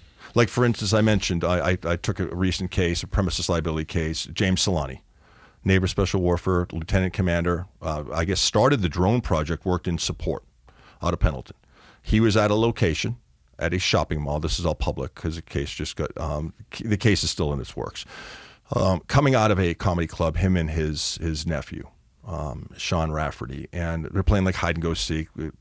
And out of the blue, 2 African-American suspects walk by, take a pistol out, a couple words exchange, no pre-fight indicators, and shoots and kills them right there. Fuck. Shoots and kills them, yeah. So they sue, obviously, the premises, right, that for inadequate security. And could he have stopped the shooting? Maybe not, even with the most, but there was no security that was present at the time of the shooting. There was no visible. If I see this security guard, maybe it's going to modify my behavior, right? Yeah. But the real big kicker on this is that there were prior incidents. So you look at those incidents There's and say, a history of it. History. So there's fraught with violence. So with that, did you work in partnership with the local police department? Did you develop crime fighting strategies? Did you look at your camera system? Did you do a risk and vulnerability assessment? So I'll come in and look at that type of stuff and say, wait a minute, they didn't have cameras. The cameras were bad, or they recorded crimes. They weren't analytic, providing like actionable items, information right from the start. There was negligent security. They weren't trained. They weren't where they should have been. It was this particular time there was a shift change, so they were all at one space. No one was actually on the premises when the shooting happened. And so, yeah, that's a case I'll take. Many of my cases have a military nexus to it. Many of them. Just finished a report in a case where a guy with post-traumatic stress, I too don't use it as disorder, going through it off his psychotropic medication. So probably 80% of my cases have a mental health component to it. Police come, kind of barricaded, messing around inside of his house, won't come out. They want to do a 72-hour hold, like 5150, 72-hour danger to self or others type hold. He's not having it. SWAT team comes out. The SWAT commander says, we're not going to use a negotiation component. We're just not going to do that. And so the question is, having worked in that environment, why? You have throw phones and stuff. Let's try to initiate dialogue, use words to influence behavior. Let's try to get some type of dialogue between the person, right? Mm-hmm. He's going through a crisis. Okay, he is a guy who served our country. He's going through a crisis. So let's slow things down. Let's create some time and distance. There's no rush. There's no one in the house. There's no undeclared hostages. There's no nexus to weapons. There's no information he's got a gun. So, in many of these instances are 4, 5, 6 hours. But what you can do is you can take the time and use technology and use, once again, there's things you can do. Those throw phones are great. Even if you don't want to pick it up, I can talk to you from while it's there, from the outside. They have speakers on them, right? So I can get the negotiation component to at least try. They like, 1, 2, 3 break. We're tired of this. Let's go ahead and advance on the house with the canine. And then they go up there and he has an arrow in his hand. He has a bow and arrow. He's not loading the arrow. My understanding is. So they go in there and they shoot and kill him. This is, they go in there, he's getting bitten by the dog and he attacks the dog. So no 40 millimeter, no 37 millimeter, no long range impact device with them, right? To be able to just pepper him up with rubber bullets. Everyone's okay with that. If he does something, he's offensive from a distance, you're good 75 feet to be able to pepper him up to stop the behavior. He needs help. There was suicidal by cop ideations. There were some overtures. Yeah. He needs help. So that's a typical case. Another, you talk about the criminal. I have a deposition actually on Tuesday on this case. Qualified immunity. Qualified immunity is something that should. Evie Pompor, is that her name? Evie Pomporis. Pomporis, yeah. Yes, pardon me. It was very eloquent in the way she described it. Is it's New York banned it. New York banned that from the officers, which is basically your. It's kind of like your your insurance policy in a sense. It just prohibits that you getting sued based on long as you didn't commit a constitutional violation that you knew existed at the time. So it's basically like, having insurance, some respect. As long as you're working within course and scope, your actions are reasonable, they're not criminal.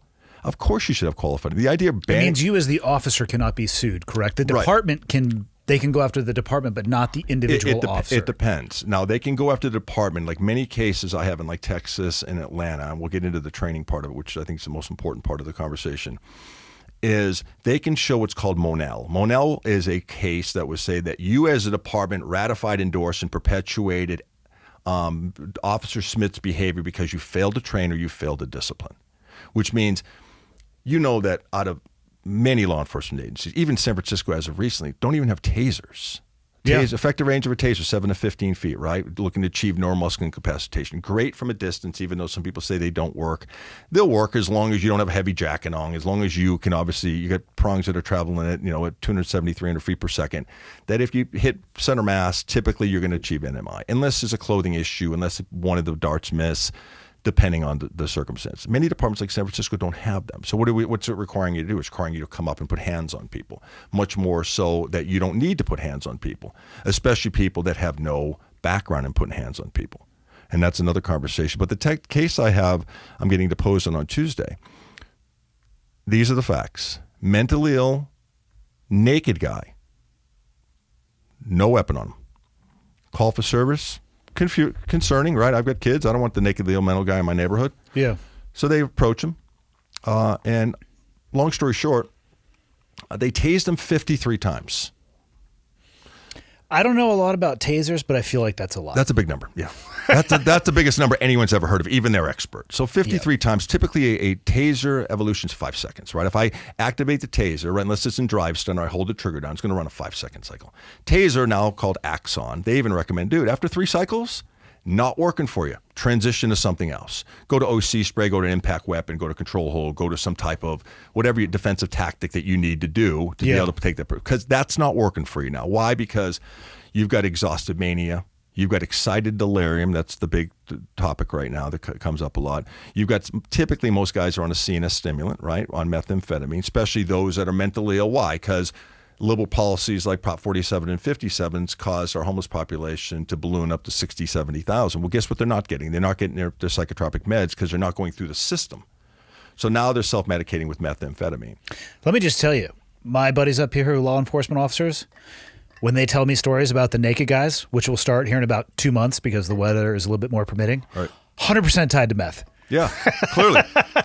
For whatever reason, when you're on meth, you need to be nude. Right. They call it excited delirium. It's at high core body temperature, what back in the day, and I'm older than you are, but kind of with PCP, kind of the Rodney King, the high core body temperature, intense sweating, that type of scenario. So 53 taser activations. Then between how many officers? 2. So, which is another thing you don't do. So if Andy and Scott have tasers, we don't tase simultaneously. It's a reasonable opportunity to comply. So I tase you. Now, mind you, I'm talking probe mode. Which is skin contact, right? Because I was saying how many probe with darts. How many cartridges do they have, though? Well, the X2 has 2, the X26 has 1, but they were just they were reloading cartridges. But if I have a good contact with you, say I hit both of you in the chest or I split your belt line, which you should do. If I fire a taser front body, preferably back, right, bigger muscle mass, can't pull it out. So I can't pull out when the pain. I can't grab it off my back, right, typically. But if you're going to shoot the front, because of tachycardia issues, you should split the belt line. So one below, one above. But if not, if you hit lower chest, lower abdomen, it should do its job. Granted, once again, there are times that it doesn't, and those will be critical. But it's a tool that you should be trained on and should have at your disposal, right? And so after that, they transition into a carotid neck restraint. And for an extended period of time, being a Brazilian Jiu-Jitsu practitioner, 5-7 seconds, if you watch Big John McCarthy on TV, you're out.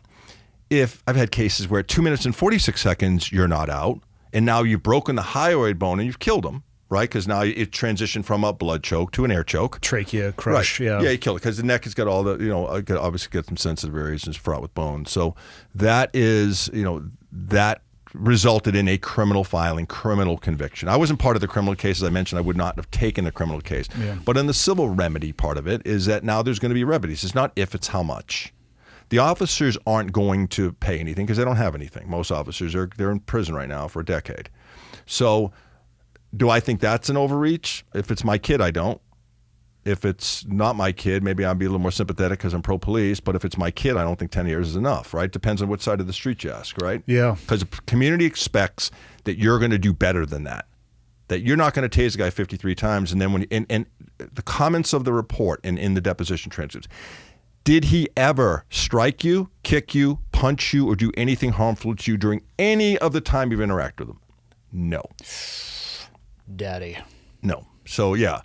But the big issue comes down to all of this, what I think is really important, because these are just war stories, is the department's failure. Everyone talks about the overreach. They talk about the officers that tased 53 times, or the neck restraint cases I have, or the positional asphyxiation. I probably had 50 of those that I've had. But what they don't talk about is the department's actions in this, that they ratified and endorsed and perpetuated behavior because they don't train the officers. These officers, for one, practice Brazilian Jiu-Jitsu today, don't do it for one whole year, and then go in there and roll. See how well you do. Don't run today, run once a year, then go jump in the Kalispell Marathon if one exists. You're not going to run well. Yeah. Anything you do, shoot once a time a year, not probably be a great shot unless you're dry practicing all the time. Anything we do, ski once a year, whatever it may be, you're not going to get good at it, right? So these are very perishable skills. Most departments, 99% of departments, one time a year on a taser. One time a year on defensive tactics means that one time a year, I'm going to be in a fight. I'm going to be on the ground. I'm going to be sweaty. I'm going to be tired. I'm probably going to be on lethal amounts of caffeine myself because I'm working 2 or 3 jobs. You're now resisting. Right? Where you look at resistance, right? People talk about resistance, right? You've got compliance. Andy, stand over there. Got it. Roger that, right? Second one is passive resistance. You got your typical guy, your protester in the street that doesn't want to go ahead and get up and, you're going to, maybe they're joined at the arms for PETA, whatever their drama is for the day. Active resistance, you hear that all the time. That's tensing, bracing, or running away. That's I come up to you, grab your arm, and pull away. Then there's assaultive behavior, right? Throwing punches, right? Throwing punches, kicks, right? And then there's life-threatening. So typically, without using a continuum, your force response should be based on the subject's actions, right? So if the person is passive, non-compliant, can you use a baton strike on them? Probably not. Most agencies' policies, probably not, right? If the passive, non-compliant, can you transition to a carotid neck restraint? Those departments that have carotid neck restraints. My former agency, if you couldn't shoot them, you couldn't choke them. Lethal use of force. That's a drastic misunderstanding of those two different methodologies. I mean, I don't know. In what sense? Guns are designed to kill. Right. I practice choking my closest friends every day of the week. Optimal word. Yeah. You practice. Of course. Yeah. No, it's an incredibly effective tool that should be used by law enforcement if you go to the ground. And it shouldn't be lethal. It's probably one of the most gentle ways to put somebody to sleep that there is. Right. And 99% of all departments don't consider an upper body control or carotid neck restraint as lethal force. It's intermediate force, as it should be. I mean, it can become lethal. It can, but the issue is the optimal word is training. Is that if you don't train it, and now you're fighting and you're on the ground, and now you go back to what your highest level of training, and that's the issue. So the issue is, you're going to hear the anomaly, the cases I just mentioned. Those are the anomaly. 99% of the time, the guys and girls are doing it right. They're doing it right. They're serving. They're not doing it wrong, from my perspective. It's the times that you look, even the ones that do transition and break the hyoid bone. They weren't trying to break the hyoid bone. Yeah. He wasn't trying. They weren't trying to. Even the officers who tased the guy 53 times, they didn't want to kill him. They didn't wake up and say, I'm going to kill a guy and go to jail. That's not what their intentions were. Even if you look at the George Floyd case, you think Derek Chauvin woke up and said, listen, I want to go and live in solitary confinement my entire life, and this is how I want my life to end? No, there's no intent there. There's no intent. The female officer who went ahead and inadvertently tased Dante Wright, apologized, moved out of the state, could not be more emphatic about her apology. Is that criminal behavior? Absolutely not criminal behavior. Because if you have medical malpractice insurance and the doctor cuts off the right leg instead of the left leg, does he go to jail for that? No. He made a mistake. She made a mistake. Oh, she accidentally shot him instead of tasing him, right? She killed him. Yeah. Shot and killed him. But the point of it is she grabbed, and once again, you and I could probably figure out the X26 or the pistol grip of my Kimber, whatever it may be, is going to be a little bit different. Well, they took our tasers away from us. Yeah, because they gave us a bunch of tasers and not much oversight, and we had gone through the vast majority of on each other. I'm not going to say what necessarily happened. I will say it was in an operational downtime, and somehow they came back and said, "Why are you guys asking for more of these?" It's like they're or gauze pads. Yeah, we're using them. And they're like, "Fucking give all those back right now." I'm like, "Well, what are we supposed to do with the new guys?" Yeah, how do we tase the new guys? They're good behavior modification too. They work. They took those away from us so fast. I bet they did. It's like we have an empty Connex box and a box of tasers. Right. Who are the two newest guys? Get over here. Yeah. The problem with it, they make a lot of officers now go through the academy, actually get tased, the ones that do that, to feel what it feels like. And it's not fun. I've been on a few taser rides, and they are not awesome. Yeah, I'd pass. But then the other motion's drive stun. I think that's a lot of agencies don't really allow that. The problem with drive stun, it seems to prolong the use of force incident, because now I get you on your back, and it's great to affect the handcuffing technique if your arm's pinned under you, and I need to cause you to displace that your thought process a little bit. But the problem with drive stun is that I'm taking that taser at 50,000 volts, even though it's got the amperage of a third of a Christmas bulb, right? It's not. People think it's much more dramatic than what it is, but it's still going to cause some pain.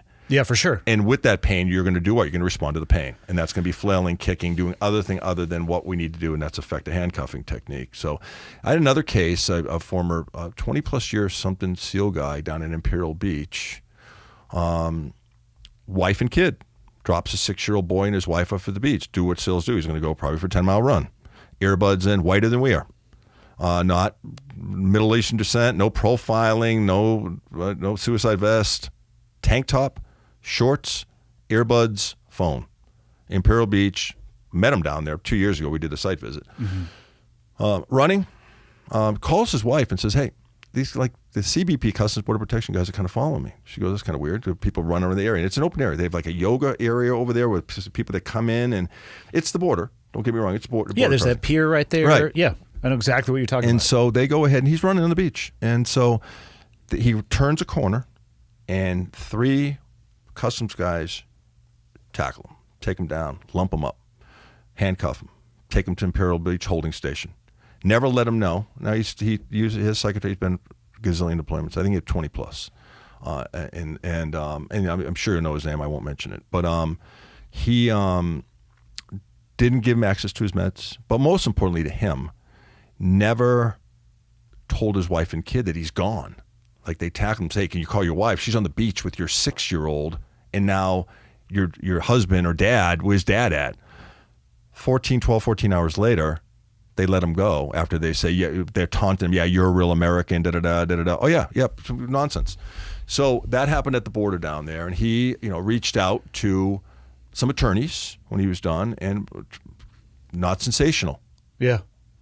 White Navy guy gets tackled and detained and unlawfully detained, which he was arrested, right? If I detain you for 12 hours, you've taken that detention and you've now transitioned to arrest, right? It's scope, manner, and duration and intensity of that detention which qualifies it as an arrest. So he was arrested. He was released, but he was arrested, and walked back home. He lived relatively close to there. When I saw him, he was probably 290 pounds. He's probably a fit 180 when this happened. Yeah. He felt so taken back by his government that he'd given everything to that treated him that way. And he appealed. A lot of this there's some audio on this too, but what he's asking is like, "Listen, I served the country. I'm not what you think I am. I'm this is who I am. I'm my wife and kids right down there." Like, and they were just it was just guys that did not belong to be in law enforcement. Like, did sounds like it. Yeah, so that and it wrecked his life. So that really came to the point where it was resolved. They settled the case. I didn't know. I'd not heard anything for like a year, and I hit up and fortunately, as much as people bashed the ACLU in these times that they deserve bashing, they picked up the case. And then they turned it over to a lot of law firms like Jones Day, Reed Smith. I know those names aren't important to you, but they're big law firms that have to take pro bono work on. So they picked up, the couple young associates right out of law school, super smart, and Jones Day. I think it was Jones Day, may not have been, that picked up the case and called me. And I'm like, yeah, that wasn't reasonable. None of that's reasonable. What happened to him shouldn't have happened to him. That's not reasonable. And yeah, I'll take the case. And then we did the whole board, met him, walked and talked to him, apologized to him because I was embarrassed. that from law enforcement guy that he was treated that way based on what he did for me and my kids when we're at home in Huntington Beach, at the beach or sleeping, whatever we're doing, his level of commitment and service. So those are the ones, once again, for the critics that say, hey, how can you take a case against? There are times. There's times that people just don't belong within that spectrum of being in law enforcement. But once again, that's the super, super minority. I mean, I would assume that just like in the SEAL community, law enforcement officers know that there are bad apples in their ranks. Like, no selection and training process is perfect. Mm-hmm. So it's not like they're going to, I'm sure inwardly, if you guys were having a private conversation, they'd be like, yeah, that's fucked up. Those guys were fucked up. So they have an issue when you want to stand with the victim. That's the line that they get pissed about. Well, they would recognize that what happened was fucked up privately, but they just don't want somebody to testify again. Now, mind you, if you work in internal affairs, you're going to take money from that person because they're going to get suspended, or they should be. I think they should be terminated. For what I know about that case, and I know everything about the case, typically these cases I get, you're talking 10 to 15,000 pages of discovery material I have to read for one report that I have to write that's typically 60 to 70 pages if it's a federal case.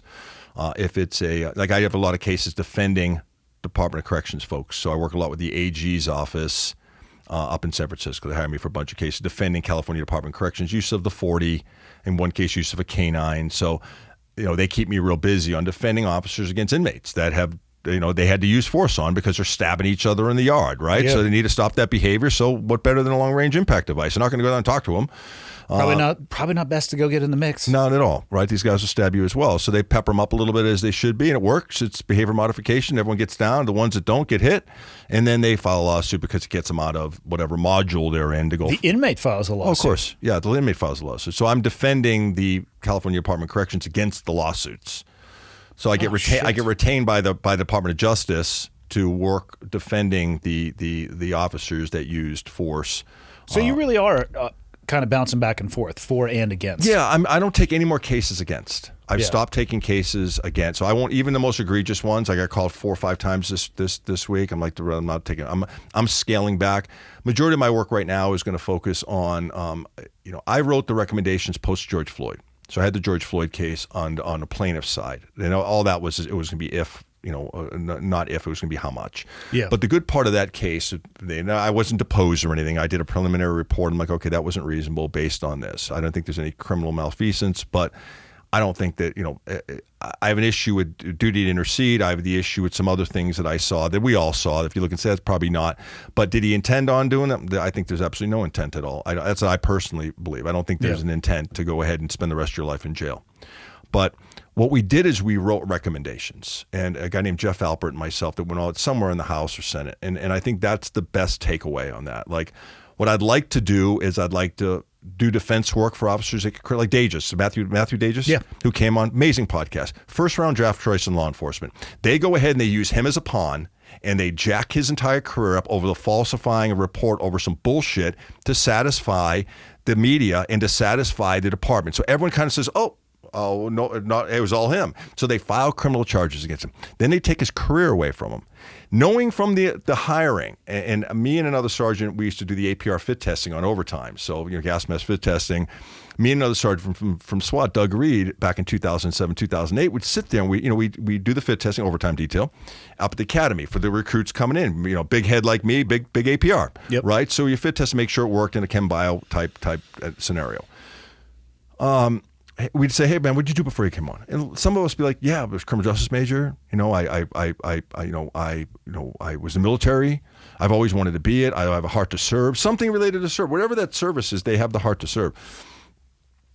Once the bank crisis happened in 27, 28, guys that left Countrywide and B of A, it's like, brother, I heard you guys make $100K out the chute, working 3-day work week with benefits and insurance.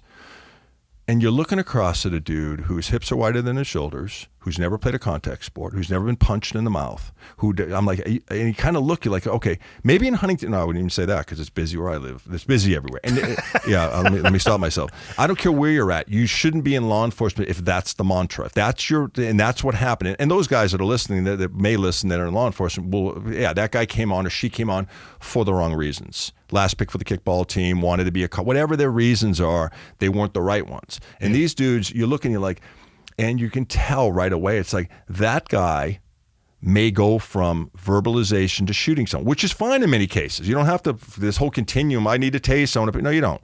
If there's a lethal threat, to handle that behavior, right? Yeah. Modify that behavior however you need to do that. But there may be an overreaction or subjective fear based on the fact that this person isn't working out.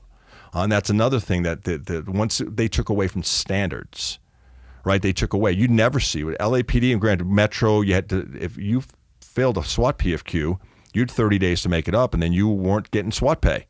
And even guys that had multiple knee surgeries from rappelling and fast roping and all the stuff that we would do were like, I can't do this anymore. And they would go work in an ancillary duty there at Metro, at the Armory or working the desk because they would not want to degrade the process. And you talked about the selection process that you don't want to degrade the process. You don't want to change. You can't change the process. That's the way that you crack the foundation invisibly that terminates in the house crumbling on everybody inside of it. Mm-hmm. And everybody raises their hands and says, well, I don't know how this happened. It's like, it's pretty obvious how this happened. Mm-hmm. You start lowering the standards. You can't change. We had a female LAPD SWAT named Jennifer Grosso. And mind you, no one had ever come through the door of LAPD SWAT. Never in the history of LAPD SWAT. Gina Holmstrom, that girl, tried a couple times. She would have been a good SWAT operator, but she shot a target, did something, had a malfunction down at Pendleton during the shoot house before we get a module training facility up at the Legion Park Academy. Did something where she was good with it.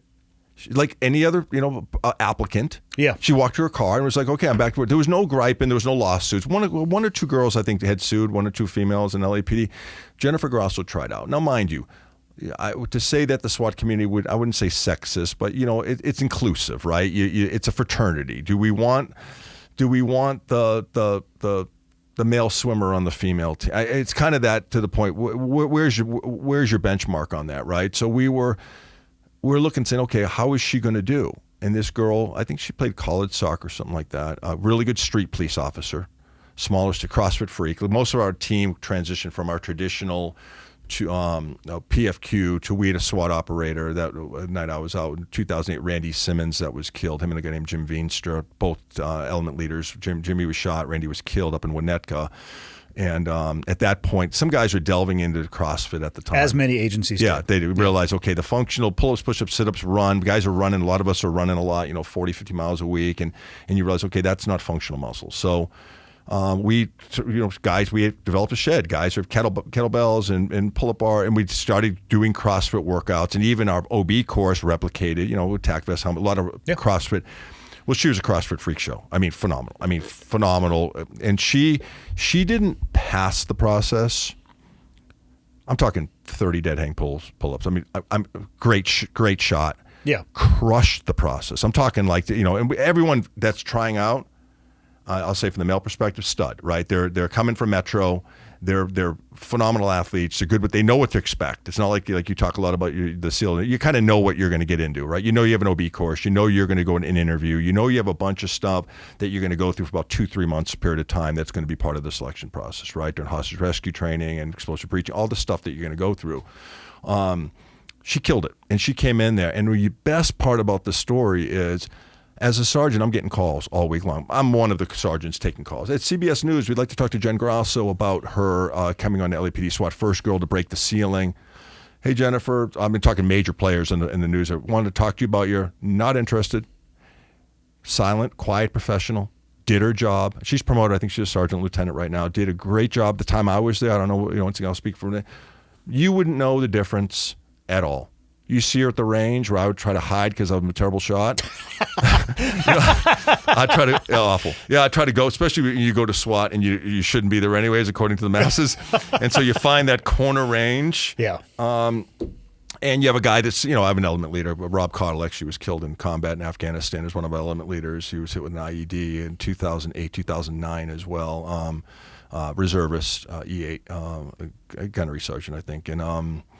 And he would always work with me to kind of realize, okay, because, we had guys there that could shoot better offhanded than I could primary duty hand. I mean, literally guys that would be like, or I'm like, hey, I put the Kimber back together. Do I need these two? They're like, dummy, get over here, man. Yeah, I have extra parts for my gun. So there was the guys that helped me out. They helped me walk through the walk through the process there. So, but she was great. I mean, but to get back to the standards, the issue is the standards. Until they incorporate, and it's come up, I think Rogan brought this up either through Jocko Willink or maybe even your podcast with him, is that until there's a requirement that you're at least a blue belt, you're 2-3 years into something that if someone grabs onto you, how are you going to respond to that, right? Yeah. That you at least know how to strike, that you at least know how to avoid a punch, you at least know how to slip a punch, you at least know how to be able to do those things, you probably shouldn't get hired. I know that might seem extreme, but the money that your agency is going to pay out, or the officers that are killed, that lose their weapons and weapon retention technique issues because they don't know how to take a hold of someone. They'll talk a lot about de-escalation diffusing, which is great, right? Time and distance, creating words influence behavior. Let's talk about this, the old verbal judo. The real world doesn't always give you the opportunity to do that. It's right here, right now. And if you don't, you see some of these awful videos of the guy out in West Virginia by himself that now is get taken down to the ground, loses his gun, and killed with it. And not to putting any fault on him or her. It's a good example. But it's because they just don't know. They don't know what to do if someone grabs onto you. They don't know or equally important, they don't create standards that, listen, if you're overweight, you need to pass a physical fitness test. I understand workers' comp and the whole issue with that, but you need to pass that physical fitness test, because when I was a new training officer, and once again, I fall in the narcissistic realm. I get that. I'm not trying to everyone live in this prison of perfectionism, but if you shine your boots, you keep a clean haircut, you have a pressed uniform, you talk to people rather than at people, people listen to you. I tell young guys coming down like 77 division, my brother, you can't talk to that guy that way.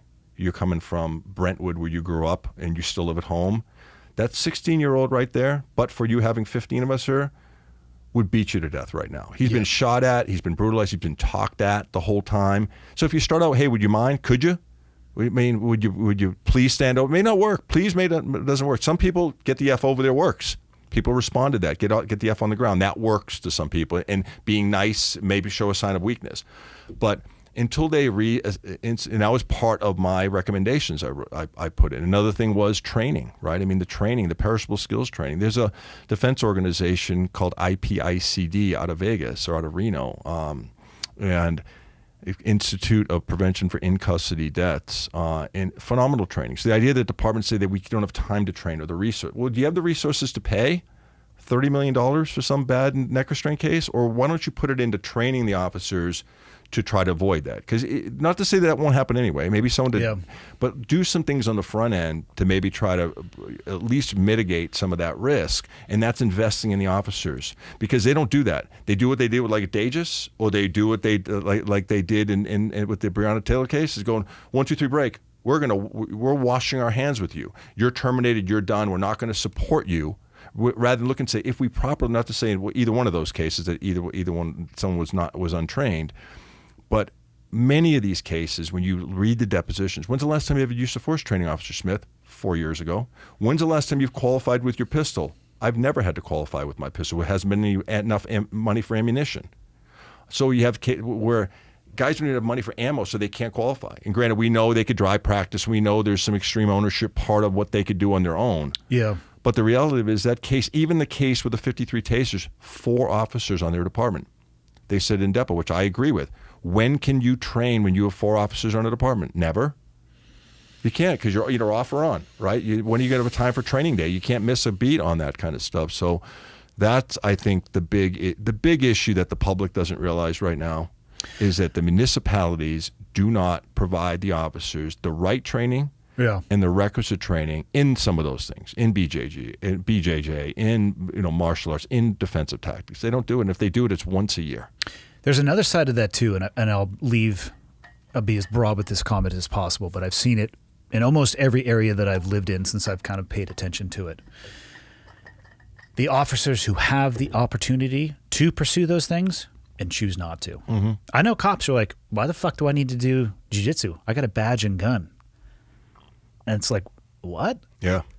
You know, and I went up. It's probably about a year ago now, and I was the dummy for the defensive tactics training. And my role, and I know nothing about law enforcement. They're like, hey, the most common thing we deal with is somebody laying on their stomach and they won't give us their hands. So all we want you to do is we're going to give you 1 minute with every person. I stayed in there the entire time. Don't freak out, which I mean, I wasn't going to, but resist. Just resist to the best of your ability. And there were people who showed up to the training so they could sign on the dotted line to say that they were there. Never participated. Correct.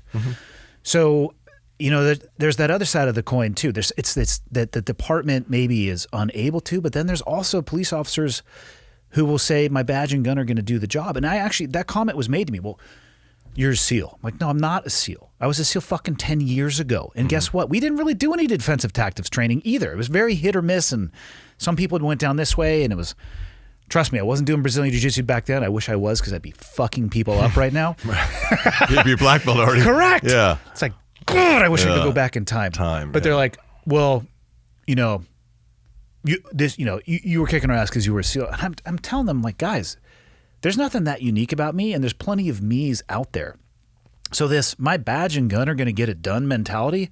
No. It's. I mean, I get it. This is one of 2 training opportunities you get per year, but you're literally choosing to not participate in it as well. I don't understand the headspace because from my understanding and talking with all of my buddies who are law enforcement, you touch people all the time. Why would you not train that? I can't figure it out. It's understanding distance too. You're not understanding proxemics. You're not getting that by BJJ or even like I still box 3-4 days a week. I still go I box tomorrow at noon, and that's just understanding how to move. And at 50-something years old, not that I'm going to go out and bar fight. But if I'm at the game and someone throws a punch, I can slip a punch. Yeah. And I can throw if I need to. And I rolled for a couple of years. I did that until I had a couple back surgery. But I can still long after that. But I can realize if I get close to someone, I at least understand space and distance. And if I get on the ground, I'm not going to be helpless. Yeah. I'm going to understand I have a pistol. I'm going to be able to defend that pistol. But most importantly, I'm going to have the confidence. And that's the big thing. When you think the backup is the gun and the badge, dude, you're in the wrong space because that's the problem. That's when you're talking at people. Because why? Because you're scared. You're probably scared because you realize your own self-limitations because everyone should know their limitations. Yeah. And the problem is that even with the fitness part of it, you and I get out of the police car right now, we run after someone. You've been training. You've been working out. You go to BJJ 2 hours a day, 4 or 5 days a week. You're rolling on. You're staying fit. You're eating healthy. You're doing all this stuff.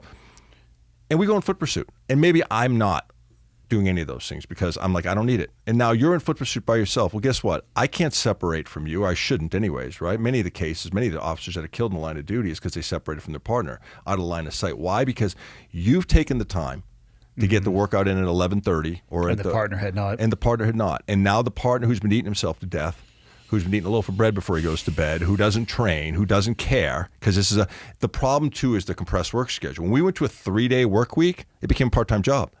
So the idea of working within that community and being present and understanding what was going on that became, once again, I get the compressed work schedule, less time on the commute, especially people that live outside. I understand that, the 410.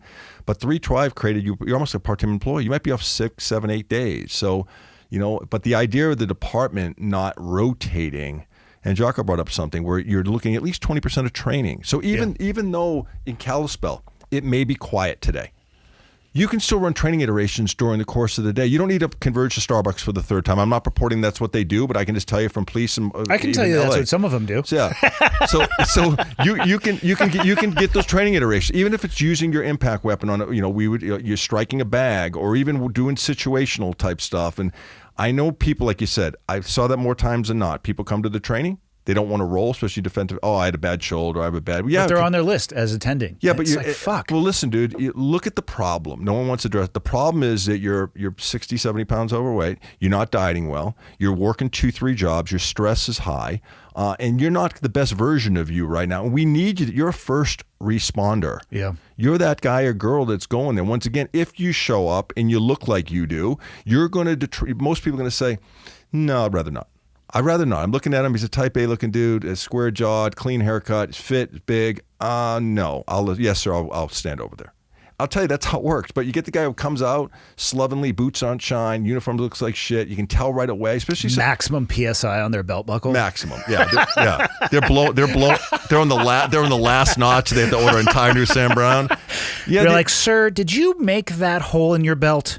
Because I've never seen a belt with a hole that close to the end. Yeah, all the way in there. That's like you took a Phillips head and did that. For sure. But these parolees, they know that. They go there. Parolees spend their whole time in prison looking at behavior, right? They do nothing but looking at behaviors. So they'll notice. Hey, listen, they'll notice if you happen to wear cologne to work and you're a dude or a woman that may work that wears perfume, that when you change, they know it. So they observe. So now that same guy that's in Pelican Bay or in some prison with these liberal policies is now coming out. So now he's sizing you up on the street because he's looking at you. He realizes that you're not shining your gear. You have no pride of intention. Maybe he's going to take a run at you now. Maybe he's going to not want to go back to prison for that last time and realize I can probably take him. And now you get some officer by himself in the middle of Iowa somewhere who now is going to be fighting with this parolee for his life because of some things that he could have controlled, irrespective of what the department's responsibilities are. Yeah, and then there's the social optic of the job on top of all of that. I mean, it's a working environment. I'm curious as to the type of people in the modern era, that's called the last 2 to 3 years, that are now really applying for law enforcement. Would you? No. Why would I? That's what I'm saying. Who is? You're getting judged by a two-dimensional camera called a body-worn camera. Now, I think they're good because the people that are chronically complaining, like I've taken cases, literally probably a dozen cases where what the attorney told me and what the initial complaint was, now I'm looking at body-worn camera. And I'm like, oh, brother, you didn't say any of this stuff in here. See attached X amount of money back on your deposit? And you can find someone else. Because I've done it at least a dozen times recently to a guy in Atlanta. It's like he told me this. I'm like, listen, I don't take cases with guns. I don't take them. I just don't. You call me all day long. I'm not taking a case. You want to carry a gun? I don't care if it's where it's at. I'm not taking your case. And I'm looking. I'm like, and as I'm going through the videos, I'm like, man, this guy was armed. And then it was like, once again, it was close to when the reporters do. So he lost his shit. I'm like, then you should stop being a liar. Yeah. The body cams, and talking again to my buddies, they're like, listen, at first we thought this was going to be a nightmare. It actually saves us a lot of the time. Every time. Because there's a lot of assholes on camera. Or chronically complain. Correct. That said, Andy said this and said this. And they're just like, here you go, here's my camera, like, go to town. But it sucks in the sense where, the best part of the job is the banter. The best part of the job is the humor. Right, the best part of the job. Best part of that job is typically the cop humor. It's like the military humor. It's the banter. It's that stick. It's the levity in the environment, and it's taken away from that because now if you hear that, and even if it's, I have a case defending a sergeant in California Department of Corrections. It's a positional case, and he had a nervous laugh at the end of it. The guy didn't die. That there's some significant injury. He hit a nerve. He wasn't intentionally laughing at him, but he has a nervous laugh. Big African American guy works for CDCR, but one of the prisons up there, and so the plaintiff, who I'm working against, I'm defending the officer, was saying that he was even in his complaint, and so officer Smuggan laughed at. No, he didn't. It was because it's a two-dimensional. When you look at that and say, no, there was no intent to laugh. It's just some people, that's the way he emotes. And it wasn't bad. It was just the way that he came across like that. But that's fuel to their fire. We tell the jury, they're like, no, that's the physiological, psychological part of the job, right? The responses that happen in a time of crisis. It doesn't mean that you're being insensitive or anything else. The guy may not even remember that he made those noises. He didn't, because he was asked at his deposition, and they had him play that. Or the guys that yell and cuss after being involved in a shooting, like, "Oh, he's cut." Dude, he just went through a traumatic life experience. It's traumatic. He didn't want to do that. I cuss my ass off in shootings. Let me just tell you. Oh, yeah. You motherfucker! Especially if it's after you get hurt, right? You just, because you're angry, because you should be angry, because the person's trying to take your life, and if they weren't trying to take your life, then you wouldn't be shooting them anyway. Correct. Or perceived trying to take your life. Yeah. Right? For us, it was hostile act, hostile intent. But and another thing that's happening here, the Flathead Valley in Montana is not visually shitty. It's a great place to live. Mm-hmm. There's a lot of people who want to transfer in.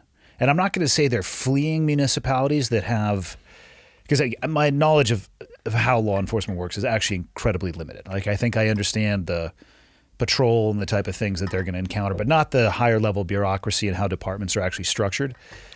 But I'll use the term people who are fleeing certain departments. So what does that leave behind? If the desire is for this exodus, and it seems to be an exodus from the coasts inwards often, what does that leave the department with? Because I am curious, like what's the pool of applicants looking like now in the next or the last 2 to 3 years, in the next 2 to 3 years to come forward? Maybe not those people. Maybe not the right people. You look at a guy like Dages, Officer Dages, who they terminate erroneously and inappropriately. You hear that story, and you're a guy that could do anything else in your life. You got a supportive wife. You could do anything else. You could go to school and do whatever, right? You're a smart guy. You can do whatever. If you look at that guy's story, do you want to go back?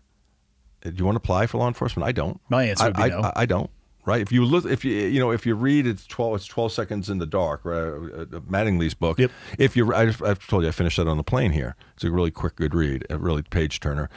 If you read that, would you join the police department, Missouri? You wouldn't. You'd never join. You'd never, because that's someone who serves 20 years, and that's the way they were treated. You got some bullshit of filing a false report because nothing else happened in the way of the use of force, or Dages and La Mesa because the citizens in the community are acting, so you want to cover your ass.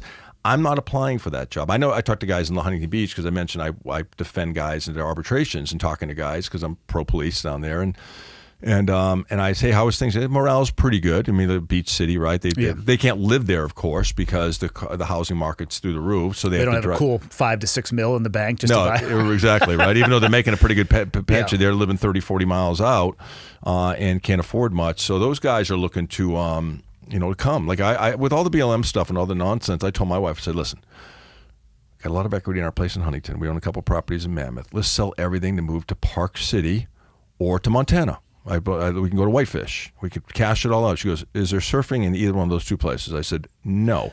There is riding boards on water. It's just a different medium. Yeah, all three. But I remember the conversation because I really wanted. I looked at. I was listening. I read all of Jack Carr's books, and he talks a lot about in Park City, and so actually I was in Park City. My son's lacrosse played Brigham Young last weekend, so we went up there and we went to Park City after we lost by 1, which is our first loss. We were number 2 in the country.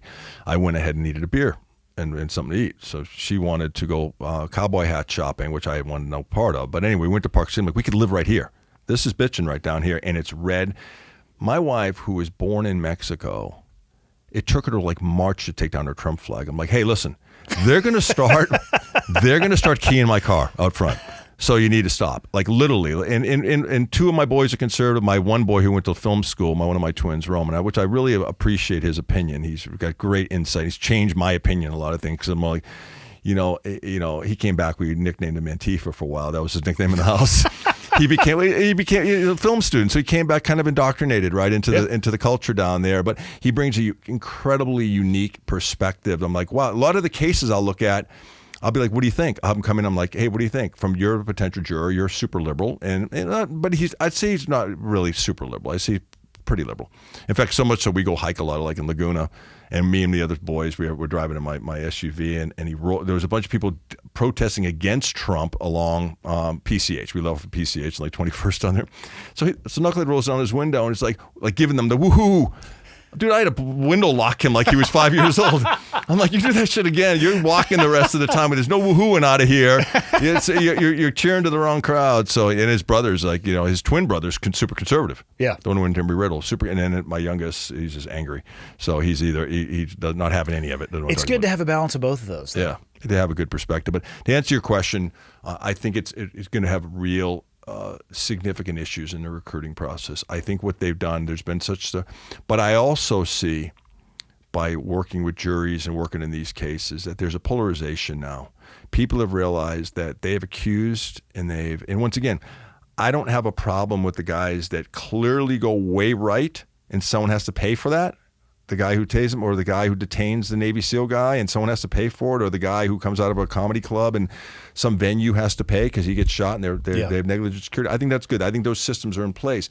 But they're never going to change unless they realize that risk and that cost should be put back into training. If you just pay the tab and you don't either retrain that officer. It doesn't fix anything. Yeah, you don't retrain the officer. I've got cases, where, shooting into moving vehicle cases, right? I mean, where there's a girl in the back seat of the car of the boyfriend, and there's no gun in the car. Case in Arizona, 17-year-old beautiful girl shot right in the back of her head and killed. And the question is, it's tragic. You look at some of these cases, you're like, a lot of it comes down to, it's an old San Diego case called Hayes versus County of San Diego, is that what did your pre-shooting tactics do to put you in that position? Otherwise, you would have been in a bad tactical position. So did you did you stand in traffic and wonder why you get hit by a car? Yeah. Right. So what tactics did you use? So the pre-shooting tactics, I've had a couple cases where I thought the shooting is reasonable. The shooting of a homeowner who was an iron worker, never been arrested, whose nephew was staying him, didn't know he was in trouble with the law. SWAT entity, not my former, does a search warrant. Should have been a surrounding call out, containing call out. There's a lot about no knock that came in, even though the Breonna Taylor case was not a no knock warrant. Yep. It was not, for those that didn't. They spent longer at the threshold than I would have. Oh, way longer. Way longer, and numerous verbal commands based on what was written in the book. Yeah. But this one guy who's got a boy who's 16 years old with cerebral palsy, who lives in the front part of the house. This is just east of Los Angeles in the county. He grabs a gun like you and I would, because he's got 3 or 4 kids in the front part. His master bedroom's in the back. Iron worker, 30 years down in St. Peter area. Grabs his pistol and runs to the front of the house, thinks someone's kicking in the front door of his house. Well, they were. They were using a manual breach to get into the front of the door. So he's running down the hallway because he hears the 16-year-old can't walk. He's got cerebral palsy, significantly disabled, running down there. And guys come in, MP5, light him up, kill him. So they kill him. Reasonable shooting. It's reasonable. They made entry. The shooting in itself, I think, is reasonable. The guys don't know. Yeah. They're coming down. The officers don't know what they have. They see a guy coming down with a pistol. So they can. They need to respond. They need to go home. They need to be safe as well. But why would you force an entry in a house where you're looking for a potential murder suspect? Yeah. There's no destruction of evidence issues. It's contain and call out, right? You contain it. You get on there. You have a SWAT team come out there. Hey, knucklehead, we're not going away. Come on out. Bring everyone out. How many kids? How many women? Bring out, and then systematically clear the house. But I don't think people realize how much behavior can be driven and escalated. So I had a buddy who was out. We did a podcast yesterday, and somehow we started talking about road rage.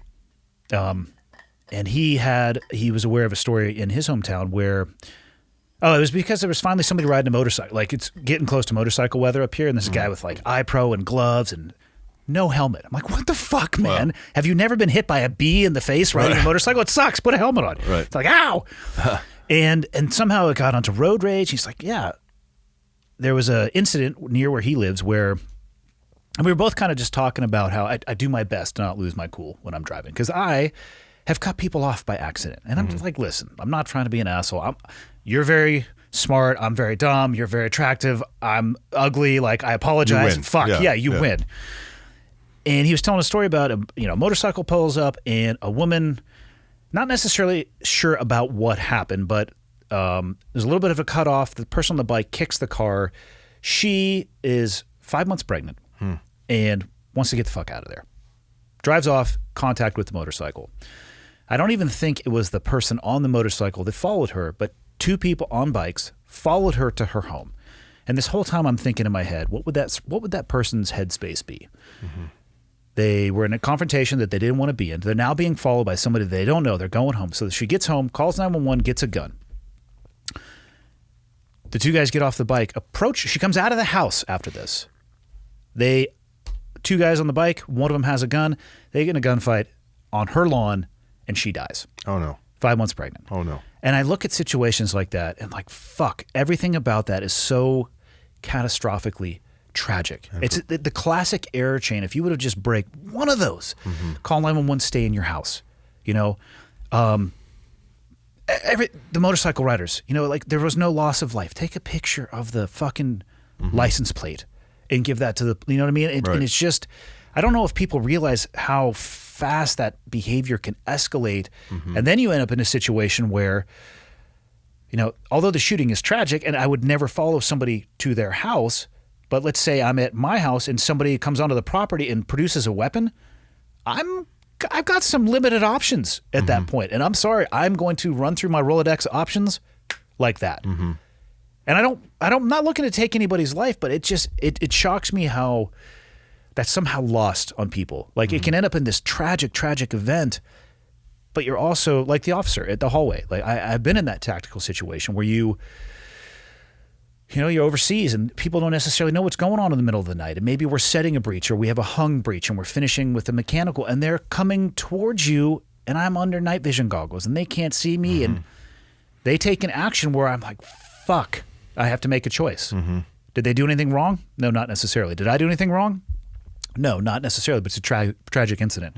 It just, I don't know. Many of those incidents end that way. Many that we look at I'd be far-fetched to think that more than just a small percentage of officers want to get involved in any of these incidents. I think there's some just because I know how some people emoted when you get involved in shit like, hey, that was bitching or something you're looking like, or even when I get injured, I get back to work, I'm like, hey, you did that dude that got shot? I'm like, yeah. They're like, wow, that's pretty cool. I'm like, no, there's nothing cool about it, brother. Like you look and say, like that space that people are at where they think there's some novelty to being involved in a shooting. There's no novelty of especially if you have any faith in your life. The last thing you want to do is take someone's life. And even the most egregious ones you hear about at the time, the shooting I spoke about in Texas, the one in the front end, is that officer bad? No, not a bad guy. He didn't wake up that day and say, I want to kill a transient with his pants down to his ankles. It just happened. Like had he just done something like to break that causal link, had he just created some distance, got on there, take a look, deploy his taser, drive out of the area, because you have an opportunity to do that, right? It's a word tactical retreat. A lot of times, officers have a problem with that for some reason. Like, dude, put yourself in a better space, slow things down, and slow your own emotion down too, right? There's a lot of stuff regarding police pursuits, and I have a lot of police pursuits cases, and that's where qualified immunity comes up the most, right? Was it reasonable based on the officer's actions? Well, every case that I've had, it's not the person that they're pursuing that ends up suing. I've got a case in Baltimore where they were pursuing a guy 105 miles an hour through a small town like this one for evading. Not Richard Ramirez, not Pablo Escobar, not the guys you want to capture and potentially or kill, but it's a guy that was evading, which means that you didn't stop for me, failed to yield, and then becomes a you-know-what measuring competition.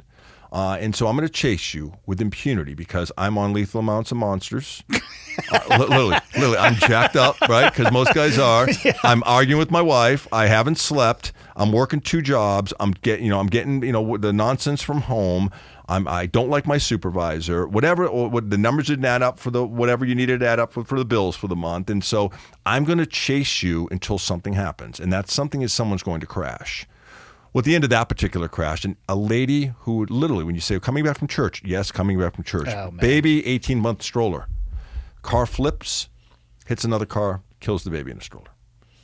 Or the case where, I believe in aero platform shooting at times, maybe in theater. Don't really think it maybe applies a whole lot. I know with LAPD, very robust, our sniper component would shoot from the helicopters. And you could shoot the engine block. You can do that.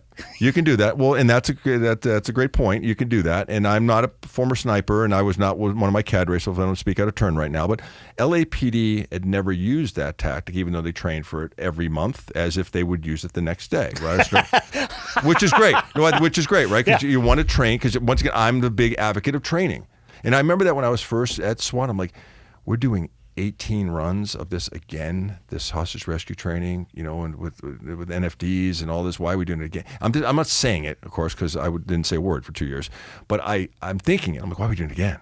And then you realize when you watch these guys do their magic at 2 a.m. with APRs on in a tear gas environment doing That's something. That's how they can do it. It's seamless. Yeah. Like it's seamless watching that happen. It's because of the repetitions, right? It's the amount of the repetitions that they're doing. They become. But, a case that I've worked on, bad guy, no problem if you shoot and kill the bad guy. I'm good with it. Want to take your case? I don't care. Guy carjacked someone. Didn't kill anybody, but carjacked, took a car, dope deal gone bad type thing, bad suspect, bad victim type thing. But, normally a no harm, no foul type case, right? No real victim. And nonetheless, he goes on the other side of the freeway. They pursue him, which typically most departments say. Oh, he's going wrong way? Yeah. Most departments say, don't follow him because it's not like the Matrix where you're zigzagging out on a motorcycle. Yeah, it's he's going to go 70, you're going to go 70. He's going to go 80, you're going to go 80. Something's happening. So, and he's going down. He's down on the number 1 lane, which would be the left opposite side. So he's in the breakdown lane, whatever you want to call it, depending on the level of traffic, on the 10 freeway, busiest freeway in the United States. So the officer who wasn't a SWAT officer, but he's a tactical flight officer, decided it would be a good time to deploy the M4. So he decided to deploy the M4 into the car, which he did. 223 rounds, mind you, just straight 223 rounds. Yeah. So, but he peppers the windshield and hits his target. And I'm not even looking at a case like that, right? Yeah. But the car, what happens when people, I know that because I've been shot in a car. You don't drive better when you've been shot in a car. You drive much worse. Much worse, yeah. So what happened on that case is the car did exactly what it should do. It drove by it. He put his foot on the pedal, that's why most departments say don't shoot into moving vehicles because A, you're going to miss. You haven't trained around ballistics and glass. There's a number of issues. Yeah. But he did is he went across the freeway in a family coming northbound or motoring westbound, pardon me. 11-year-old boy's in a wheelchair for the rest of his life because of that. So you look and say, okay, what cost-benefit analysis? Like you said, do you need to chase the person home and follow them home? Where's that causal link break? And if you look at some of these traumatic injuries, there was an opportunity, I think, in some cases, remember, if it's rapid, tense, and uncertain, that's the parameters of lethal force right under Graham v. Connor was objectively reasonable, then no, it doesn't. It doesn't call for a powwow, a plan. It's right here, right now, we're going to stop behavior. Everyone's good with that. But when you look and say, okay, if I fire into the windshield on the car, what is going to happen? Yeah, we'll kill the guy. And he was killed. Yeah. But then the vehicle becomes a weapon. Now the vehicle careens out of control, and then you've got a kid who already had pre-existing medical conditions is now confined to a wheelchair the rest of his life. So it's not if you're going to pay, it's how much. And then you look and say, officers trying to do the right thing. They're trying to stop a bad guy that nobody wants in their community. He needs to be in prison, but in California you'd probably get 30 days and they'd let him out. But nonetheless, he needed to be in prison for the rest of his life for even driving on the wrong side of the freeway, endangering those people. Mm-hmm. But the actions were such, though intentionally we're trying to be reasonable, the result of those actions resulted in obviously loss or in this case a disability. So, damn. What were the recommendations that you wrote after George Floyd? That they, everyone talks about de-escalation, diffusing training. It was primarily me on the training component that officers are properly trained, that these training happen on a quarterly basis. I mean, most departments have an annual basis. We in LAPD shoot every other month with your primary duty, shotgun 3 to 4 times a year. We had a guy named Scott Reitz in LAPD that took upon himself, former SWAT officer, to develop training in-house, literally, and took people up to the range, up in Angeles Range, and every month for gang units, patrol units. He didn't really do directly with SWAT, even though he worked as a SWAT operator maybe a dozen years or so, well thought of SWAT operator. He went up there, and I can say himself single-handedly saved countless officers. I mean, I can tell personally, 2 of the shootings I've been involved in, I literally had his training right before then. He was always on because I was going goofy with a pistol. And he was like, all those big muscles getting on me and like basically un-F yourself, right? But he created an environment that did that, and he did it for thousands of officers. And so without a doubt, you can't measure it, but if you did measure the people that were saved based on his training alone would be insurmountable in the sense of looking at what he did. So getting back to the recommendations was the de-escalation, diffusing part of it, yes. And it's not just the verbal judo component of it, right? You have to realize that like 90% of the people you can interact with have a mental health. They're either mentally ill or experiencing a mental crisis, i.e. road rage, on or off psychotropic medication, under the influence of controlled substance or alcohol. So you have to factor that in. So your tactics need to be part of that factoring into that equation, that you need to consider that. Is this guy going to respond to my commands? Okay, great.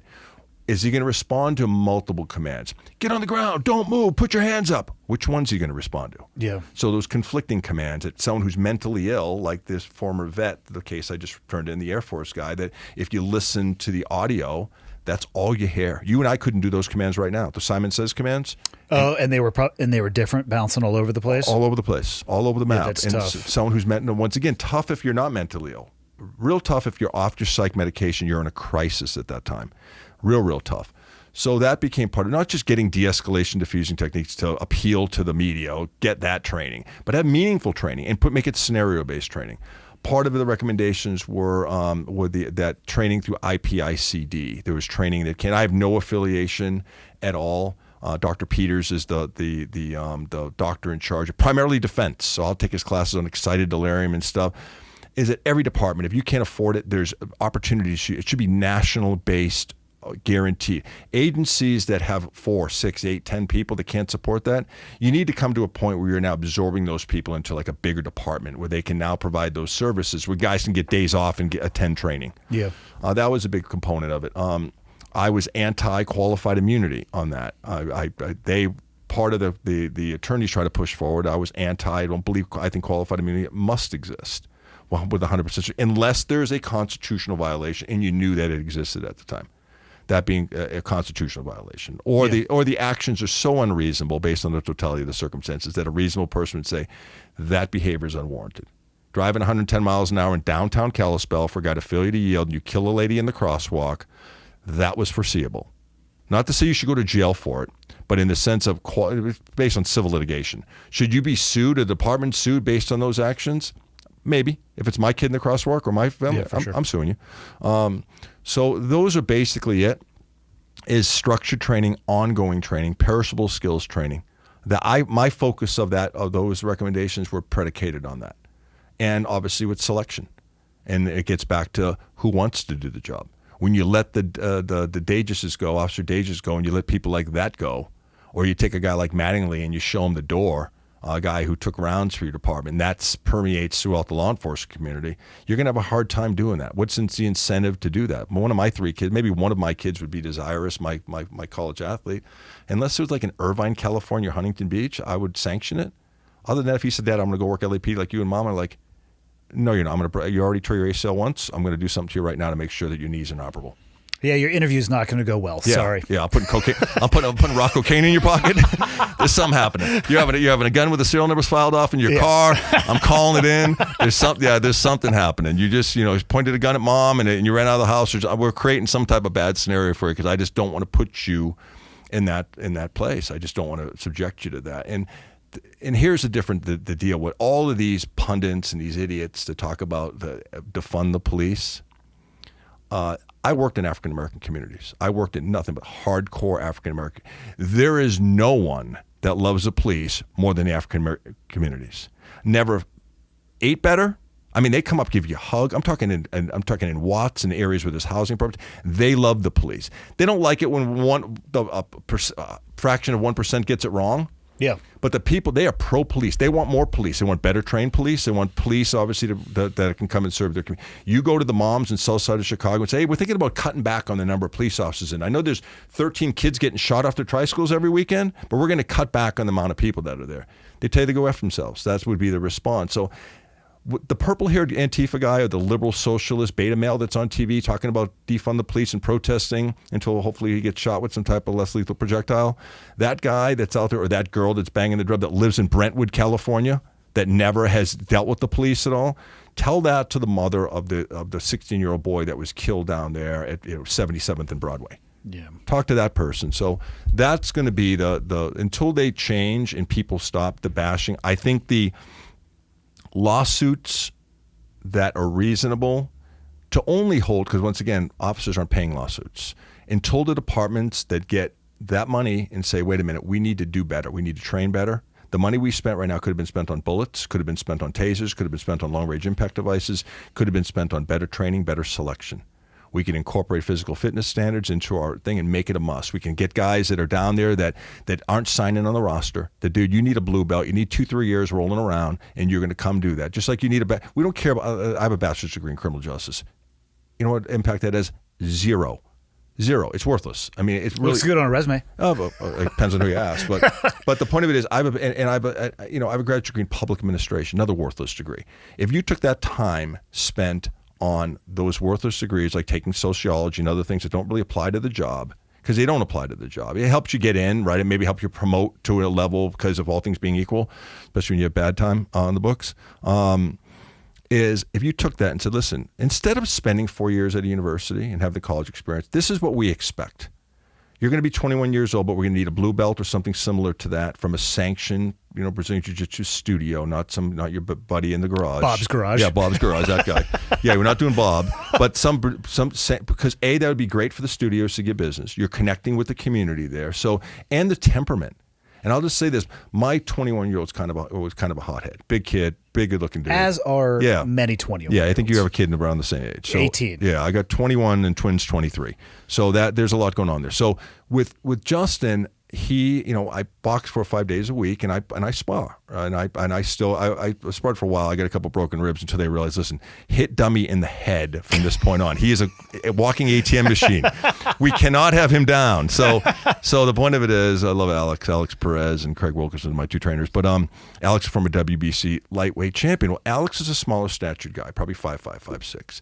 Not like Craig, who's a BJJ. I believe he's a black belt or something. He was NCAA wrestling champ, Brazilian, and a boxer. All that combo. All that. I'm talking double cauliflower ears. Still good looking guy, Craig. But you look at him right away, like, no, I'm not the guy I'm going to talk smack to. 4.340. I'm right now. I'm at a 4.340 right now to get away from you. Right, fear, just like my dad. Going back to the dad story. Yep. But my son, who kind of edgy, and would be an understatement, on the field, off the field. I'm thinking he's now turned 21. He's going to be at the bars in Huntington, and I don't want to pay. Your dental insurance, right? You have a maximum, right? So I'm thinking, I don't want to pay more than the maximum right now. He gets his teeth knocked out because even though he's a big kid, size don't mean a damn thing. Yeah. So he came and boxed me with this past summer, and not with me, but he took him to the gym, bought him some lessons, and he got to spar with Alex Perez. And I said, if you saw Alex Perez on the street.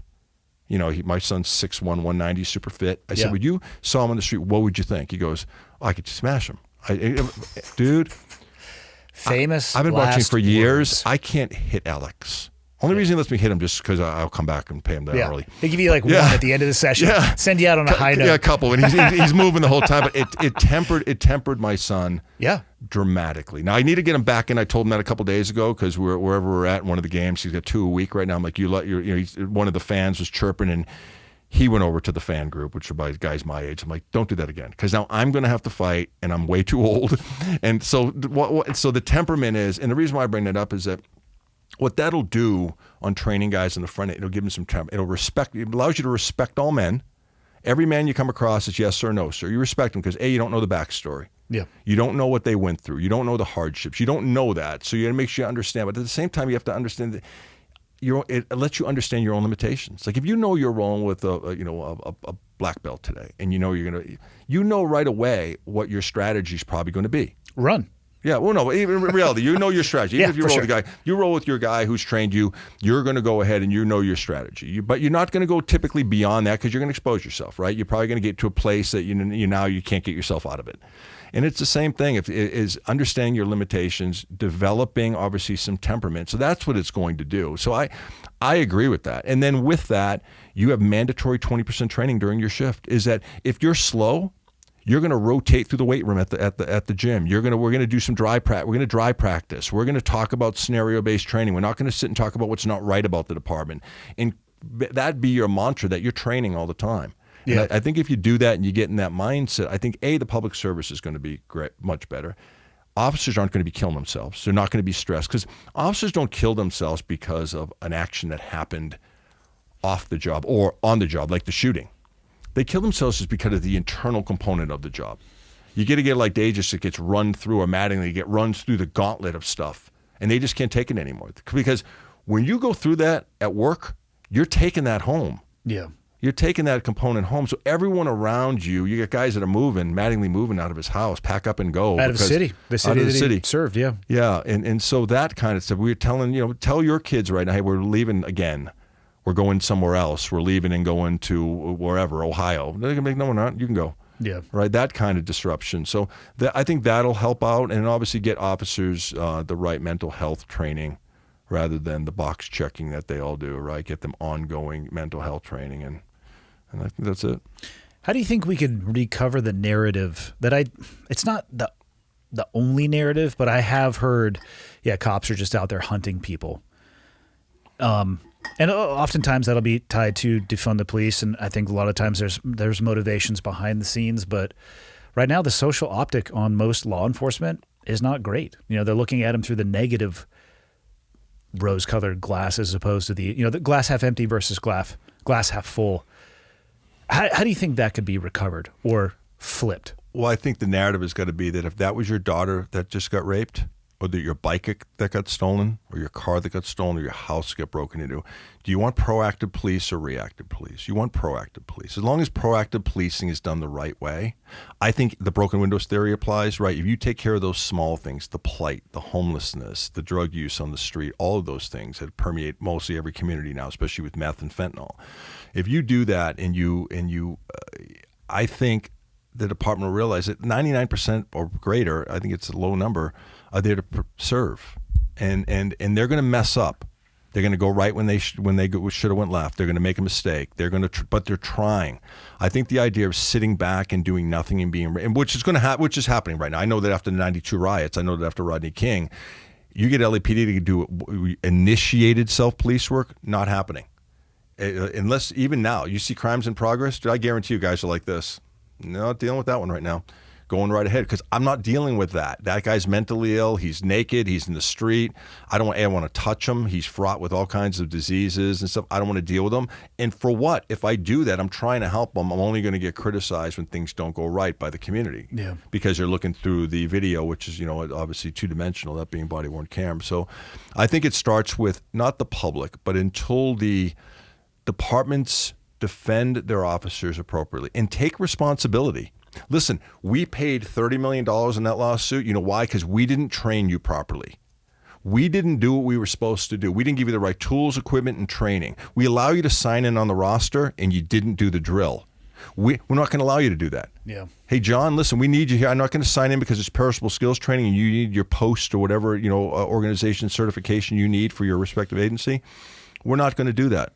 But you're going to do that. If you're ill, sick, or injured, then you need to get that fixed and come back to work when you're better. But we're going to expect you to perform. We're going to expect you that we're not going to shoot guns once a year and think that you're going to run after someone on lethal amounts of caffeine through a back alley by yourself, jumping fences with your heart going 130 beats a minute, and now be proficient with that pistol. You're not.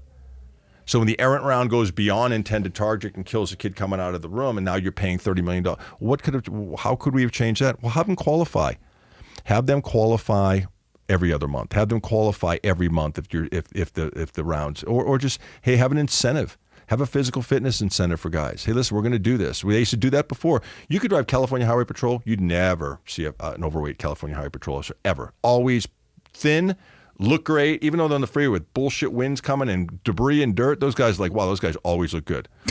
Right, always. I'm like, wow. And now you don't see the same. Like even their standards that was always high, and they have an live-in type academy, so they're not going home and just gorging all night long, But until they do that, I think the department backs their officers and they get people in positions such as mayor and city council that back their officers, the public's only going off their sentiment. Because think about it, if your own department, like in Dages or like in harken back to Mark Mattingly's case, if they're selling you out, and the city council's selling you out, and the mayor's selling you out, and the current chief of police is selling you, because listen, everyone's looking at their next promotion. That deputy chief wants to be chief.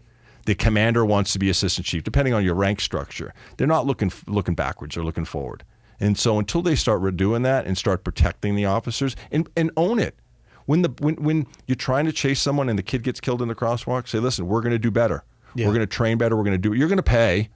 But I think the public would realize and come back and say, "Listen, when we own it, when we look and say, the shooting. Listen, when I got shot in line of duty." The department, and rightfully so, and I'm glad they did, because when I became a training officer and even a sergeant after that, I said, listen, guys, if you're ever involved in an ambush, if you can drive through it, you're minimizing that threat. Don't back up. You're in your funnel, and please don't if you do get out of the car, please put it in park, right? So yeah. So that I think that is, until they really look and say, that is what we need to do as a department and defend the officers, even when they don't do as long as it's not criminal. Yeah. Nobody wants criminals in the department. Nobody wants that. But people are going to fall back to their highest level of training. And if they do it wrong, apologize. Say, listen, we did something. We were trying to do a neck restraint. We broke the guy's hyoid bone and he died. We're not minimizing it. We apologize for that. This is what we've done. We've calmed down. We paid the family, right? Because a jury verdict's going to get more incensed when you could have cut a check and saying, we're sorry, we tried, he was resisting, we didn't mean to do it, but it happened and we're sorry. Like the female officer that did that, not that it worked, like she should have never been convicted of a crime, apologize. I'm sorry, I did not mean. She sobbed, right? You look at you knew she's a mom. You know she didn't mean that what happened, but it's okay. Pay. Do you need no? And then train better. Okay, everyone's gonna go through familiarization and make sure that even at a time of stress, that when we go for that, should be the opposite side, obviously. We go for that X26 or X2, we understand that it's cross-body. We're not going to pull our pistol because we've trained on that. And we didn't let the guy or girl sign in because it was easy. And we as supervisors didn't allow him to sign in without saying, no, brother, that's not working here today for us. Yeah. Bring your gym shit and get on the mat like everybody else. Because we need you, and they need you at 2 o'clock in the morning. Before you think about eating that bowl of ice cream, realize that you may be in foot pursuit tomorrow night. And Officer Smith needs you to be able to stay up with him. He needs you to, because when he turns a corner, he has a deadly threat. He may not be able to respond to, but you may be able to. So that's where the extreme ownership part comes on the individual officer side. What's the hardest case in the 600, almost nearly 700 cases that you've consulted for? What's been the toughest one for you?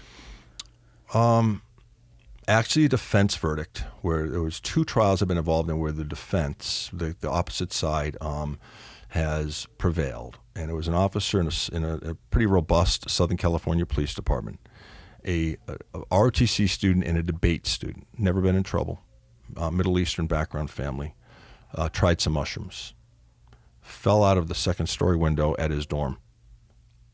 Only had a big guy like 6'1", 200 pounds, fit, no shirt on, cut his shoulder, but he was somewhat in a trance from the MDMA. He'd never taken it before.